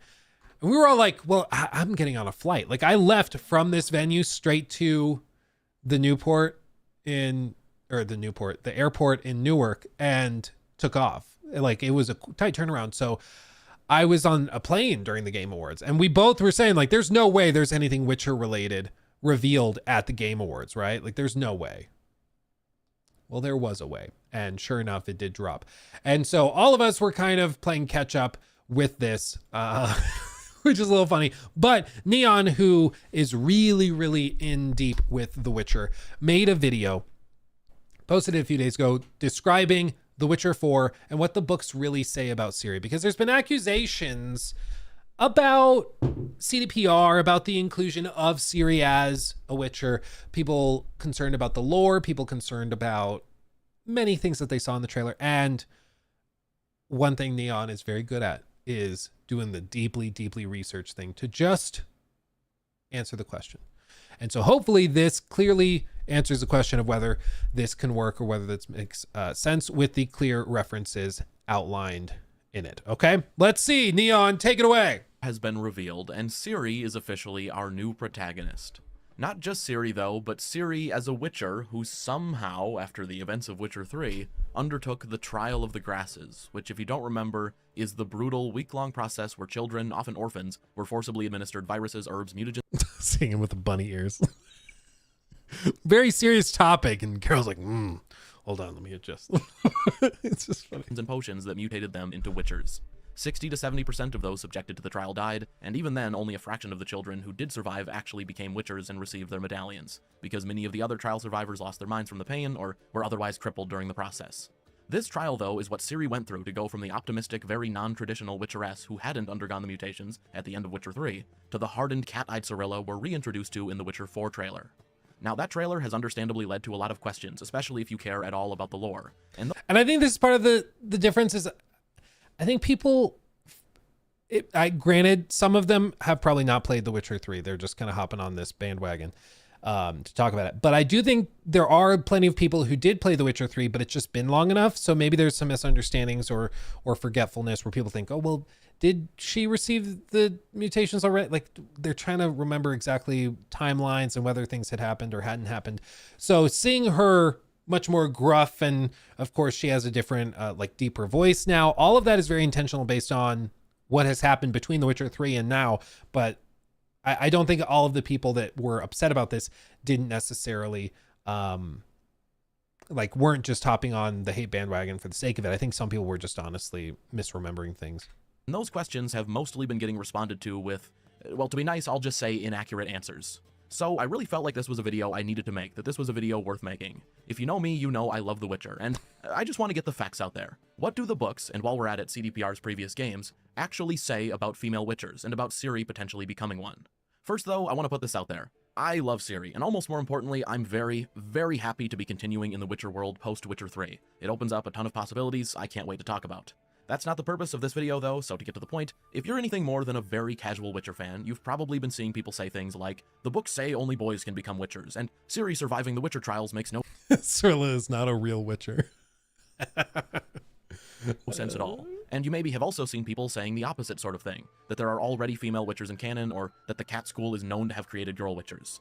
I'll address that second type of claim first, which will be really easy because they're not true, with no gray area. Ciri aside, let me stress that part, Ciri aside, there are 0 female Witchers currently in game canon or canon, meaning the books. Nowhere in any of the 9 novels is a female Witcher ever mentioned, even in passing, and the same is true of the first 3 games. When people say that the School of the Cat trained female Witchers, or that for another example that there was a woman named Dragonfly who became a Witcher, they're doing that because they quickly googled female Witcher, then read the Witcher wiki and didn't realize the source for the wiki is a pen and paper game that was released got him. as a tie-in for a very low-budget 2001 Witcher TV show. A show that, by the way, the book author reviewed with one word, that word being obscene. That's fantastic. I do vaguely remember this because in the lead up to The Witcher 3, there were some interviews that I had watched, of course, after the fact. And I do remember them asking about the show because this was like the Witcher show or Witcher games are blowing up, being huge. I think notably, was it The Witcher 2 or The Witcher 3 that they gave to Obama when Obama visited Poland? They gave like I think it was the games. I don't think it was the book. Maybe it was The Witcher 1. But like, this is a big thing in Poland and for their culture. It's like, was it The Witcher 2? Okay. Like, it's a big thing, a big deal for them. And that show is something that people like have a problem with. It's very funny. The word obscene also reminds me of another more recent TV Witcher adaptation as well, but, well, Yeah. I suppose this isn't the time. To start shifting to the other perspective though, despite what you may have heard people confidently claim, the books never, and I mean never, say that there can't be female Witchers, or that a girl surviving the trial of the grasses is impossible, or that the survival rate was 0%. Nothing like that is ever said.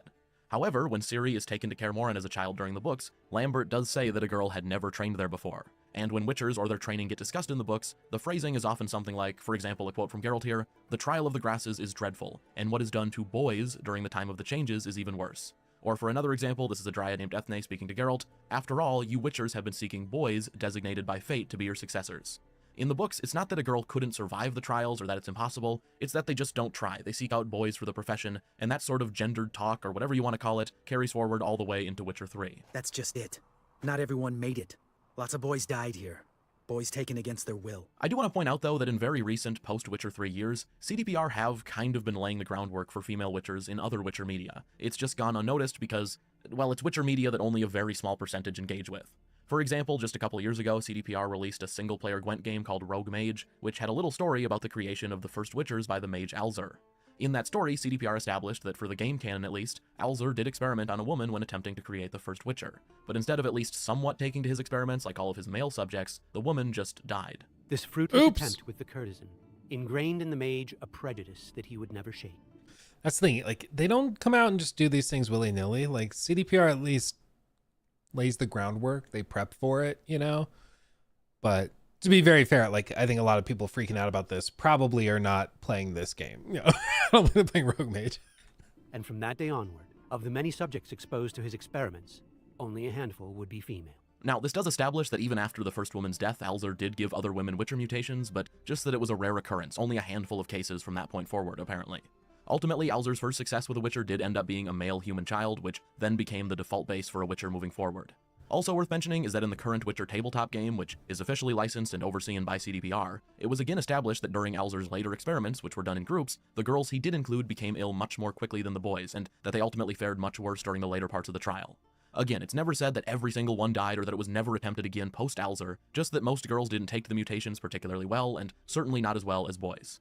Okay, to move on, I want to get to Ciri specifically, because she is an interesting exception in many ways, and I would almost argue that Ciri as a Witcher is a different topic entirely from the idea of female Witchers in general. I mean, as a character, she's basically a walking exception to, like, every rule established in the world. Like, very much an exceptional character. Before we get there, though, I do need to take a quick second to thank the incredibly well-timed sponsor for today's video, which is the brand new Witcher 3 Naraka Bladepoint update.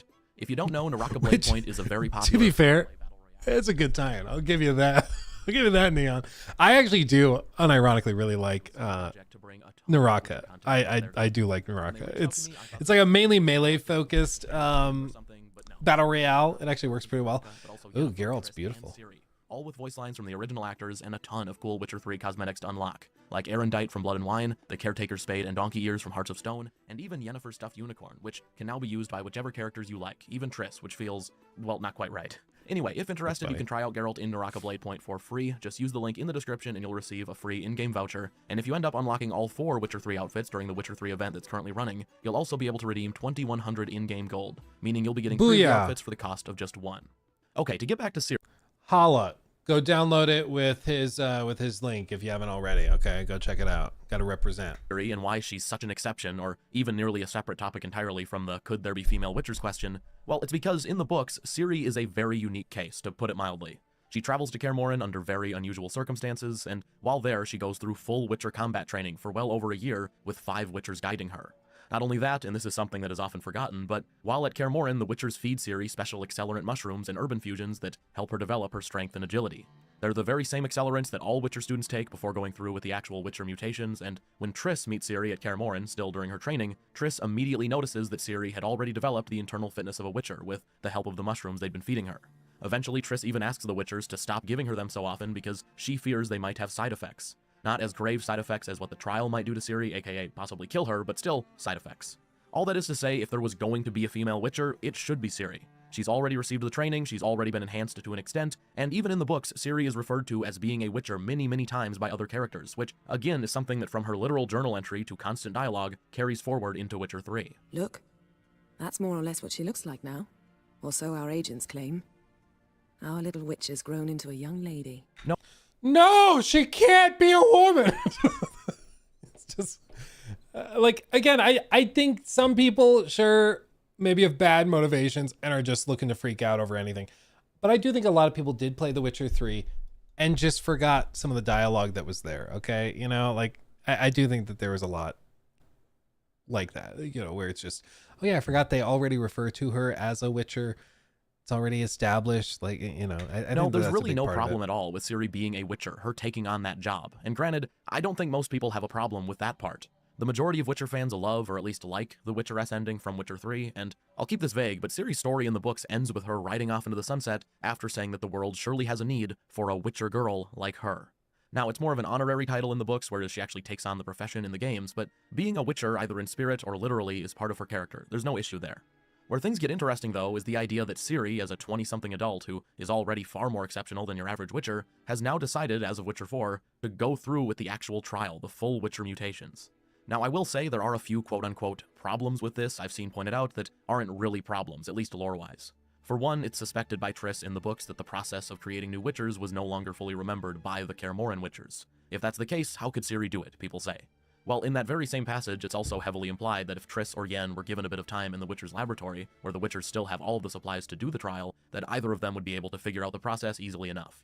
I mean, in Witcher 3, Yennefer figures out and conducts part of the trial on Uma, and more importantly, the main reason the trial is quote-unquote forgotten is because when Kaer Morhen was attacked before the books, the mages who were helping Witchers with the mutation process died. By that time, Witchers were becoming unnecessary anyway. The games don't sell this point very well, but in the books there aren't many monsters left in the world, so creating new Witchers was pointless as there wasn't even enough work to go around for the existing Witchers. It's also worth mentioning that in the newest Witcher book from 2024, as of making this video, it's not available in English yet, but in the newest novel, it's also revealed that another reason Witchers stopped doing the trial was not because it was truly forgotten, but instead because the Witcher mutations, aka their physical supplies, were becoming less stable over time, and trial survival rates were actually dropping from the already low 30 to 40%. You do have to wonder if CDPR knew about that little bit of lore while writing Witcher 4. I mean, they have met up with Sapkowski recently, so maybe, but it doesn't really matter. Point is, the trial of the grasses being rediscovered, even if dangerous, is very believable, and that's not even to mention that there are several other Witcher schools out there, all with their own fortresses and trial knowledge, which is another possibility if Ciri isn't able to get help at the familiar Kaer Morhen. That's a really good segue, though, because another problem I've seen people mention is this idea that Geralt would never let Ciri undertake the trial. To this I say, if you've been saying... Yeah, that's interesting. I think that depends on how you play him, though. Saying that, please replay The Witcher 3. The entire point of Witcher 3's main quest and the choices that define your ending is Geralt coming to terms with the fact that Ciri is going to and needs to make her own choices, whether... If you pursue that ending, yeah. Well, I mean, it's pretty clear that's what's going to be the canon ending, is the one where Geralt is, like, supportive and trusts her to do what she needs to do. You can still make choices, like, right before this scene, or this shot right here, Geralt can have that line where he's like, no, it's a vital word, you're not doing that. I can't do a Geralt voice.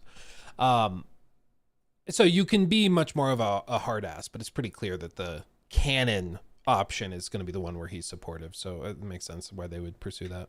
Whether Geralt likes them or not. If Ciri in The Witcher 4 decides she definitely wants to undertake the trial, then she isn't going to let someone else convince her otherwise, even Geralt.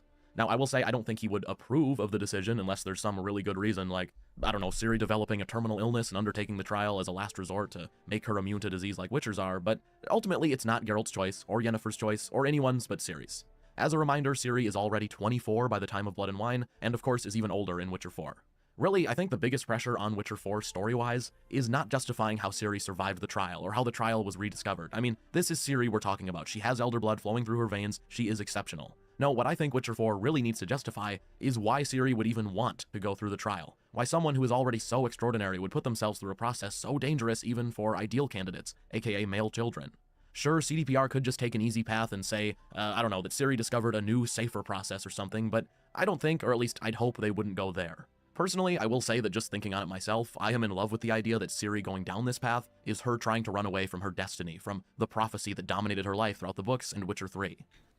Maybe. I mean, you could also just, looking at it from a video game perspective, there's plenty of stuff they could do where they're like, oh, a rift was torn open and now there's way more monsters, so we need more Witchers or more powerful Witchers or something. So that could kind of compel you to do it, give you more monsters to fight against, motivate players that way. So there's a lot of potential solutions to this where they can get around it, but I would agree with Neon that it's going to be it's going to be telling how they motivate it, because Ciri, at least at the end of what seems to be the canon ending of The Witcher 3, it seems like there would not be a reason why she would willingly go through with this. Like, it's not like she was struggling in fights at the end of The Witcher 3, you know? It's not like she was like, oh, I wish I had those mutations.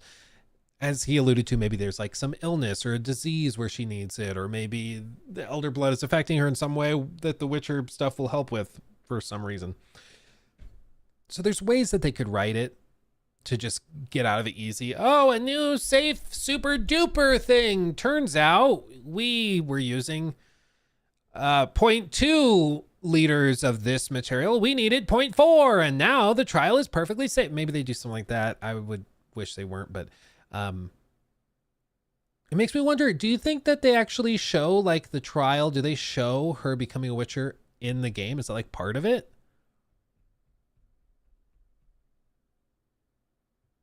I wonder if like the first act of the game or something is her going through those trials, or maybe you start as the Ciri at the end of The Witcher 3, and then they show something that pushes her into becoming a Witcher.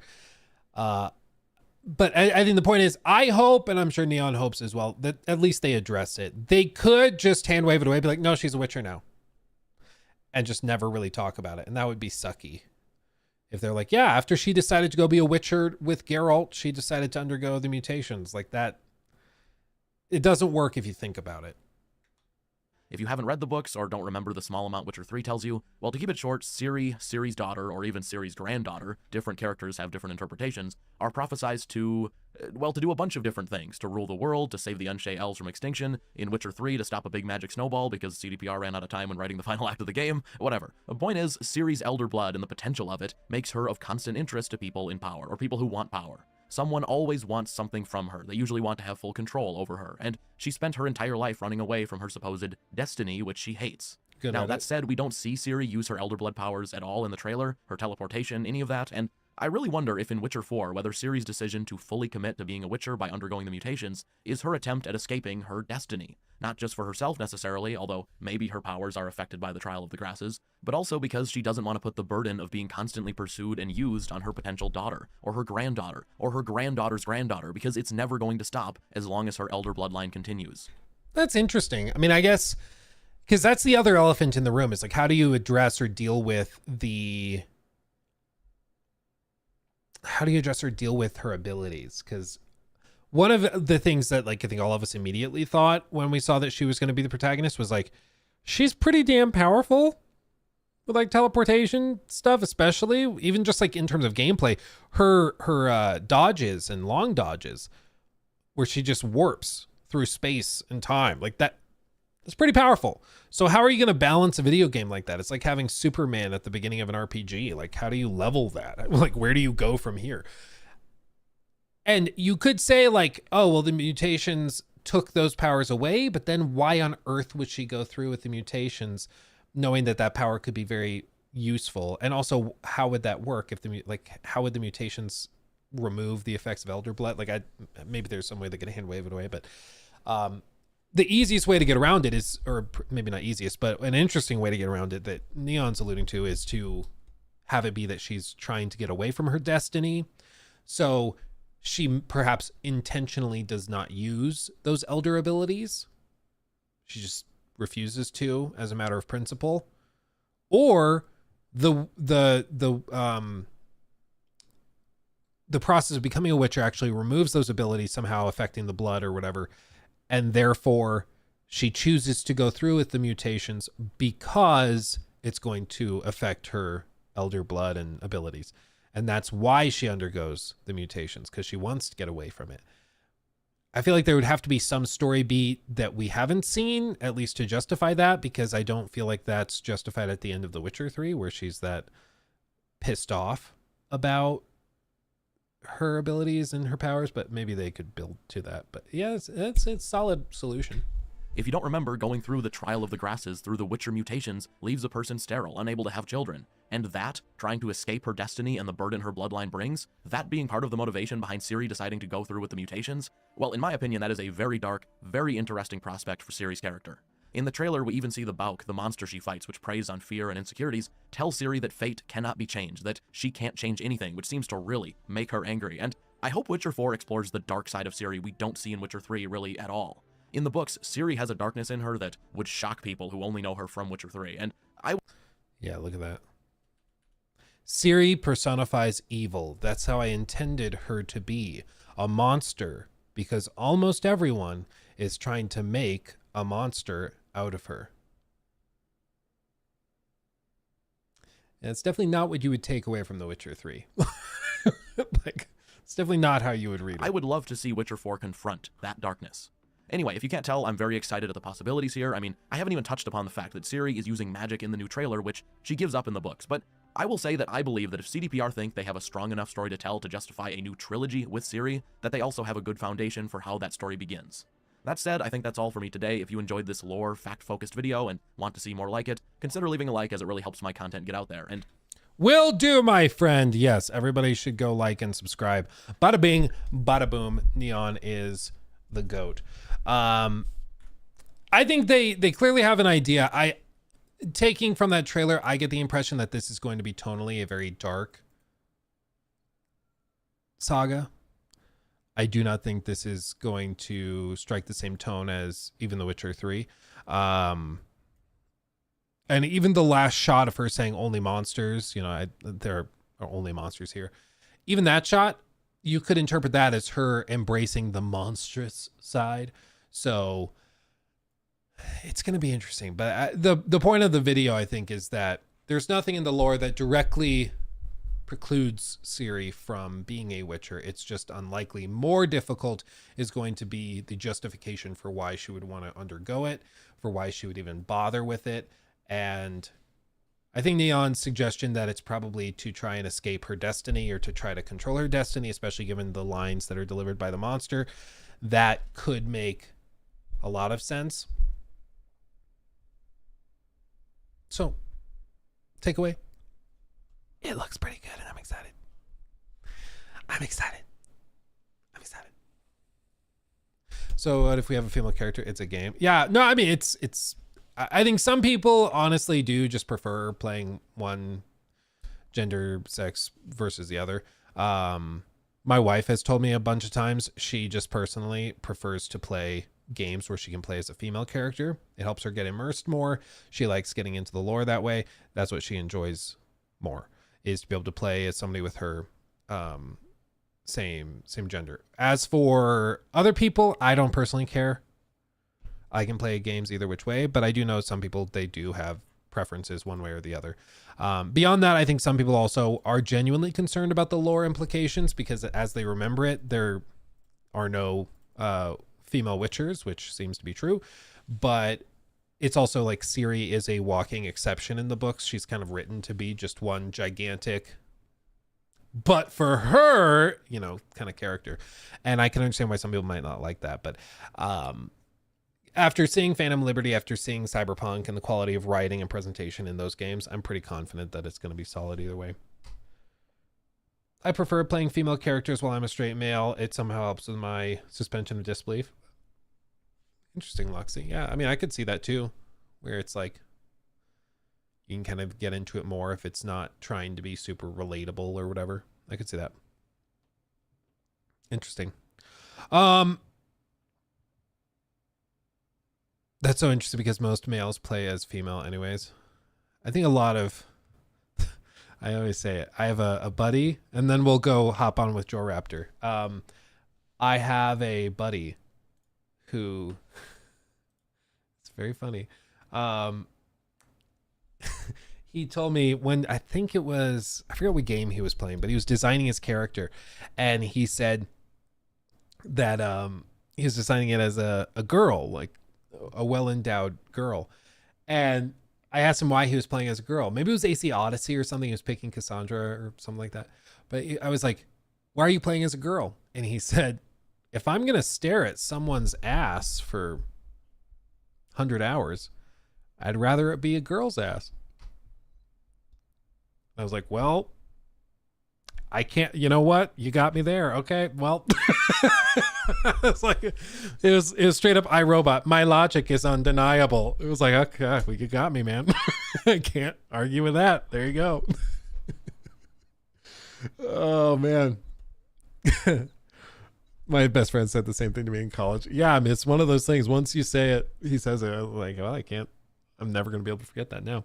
Okay, guys, we've got Mr. Joe Raptor joining us for the podcast. Last podcast probably of the year. Almost certainly of the year, I think. So it's going to be great. We're going to be back. Yeah, it's Other Dad. Other Dad's coming. So we're going to end this stream, make a new event, and then be back live in like 5-10 minutes. Okay, so get up, stretch your legs, go pee. We'll be back momentarily with the one and only Joel Raptor. Thank you guys so much for the amazing support, the membership, subs, super chats, all that stuff. You guys are fantastic. I will see you in just a few minutes. Okay, thank you everybody. Much love. See you in a second.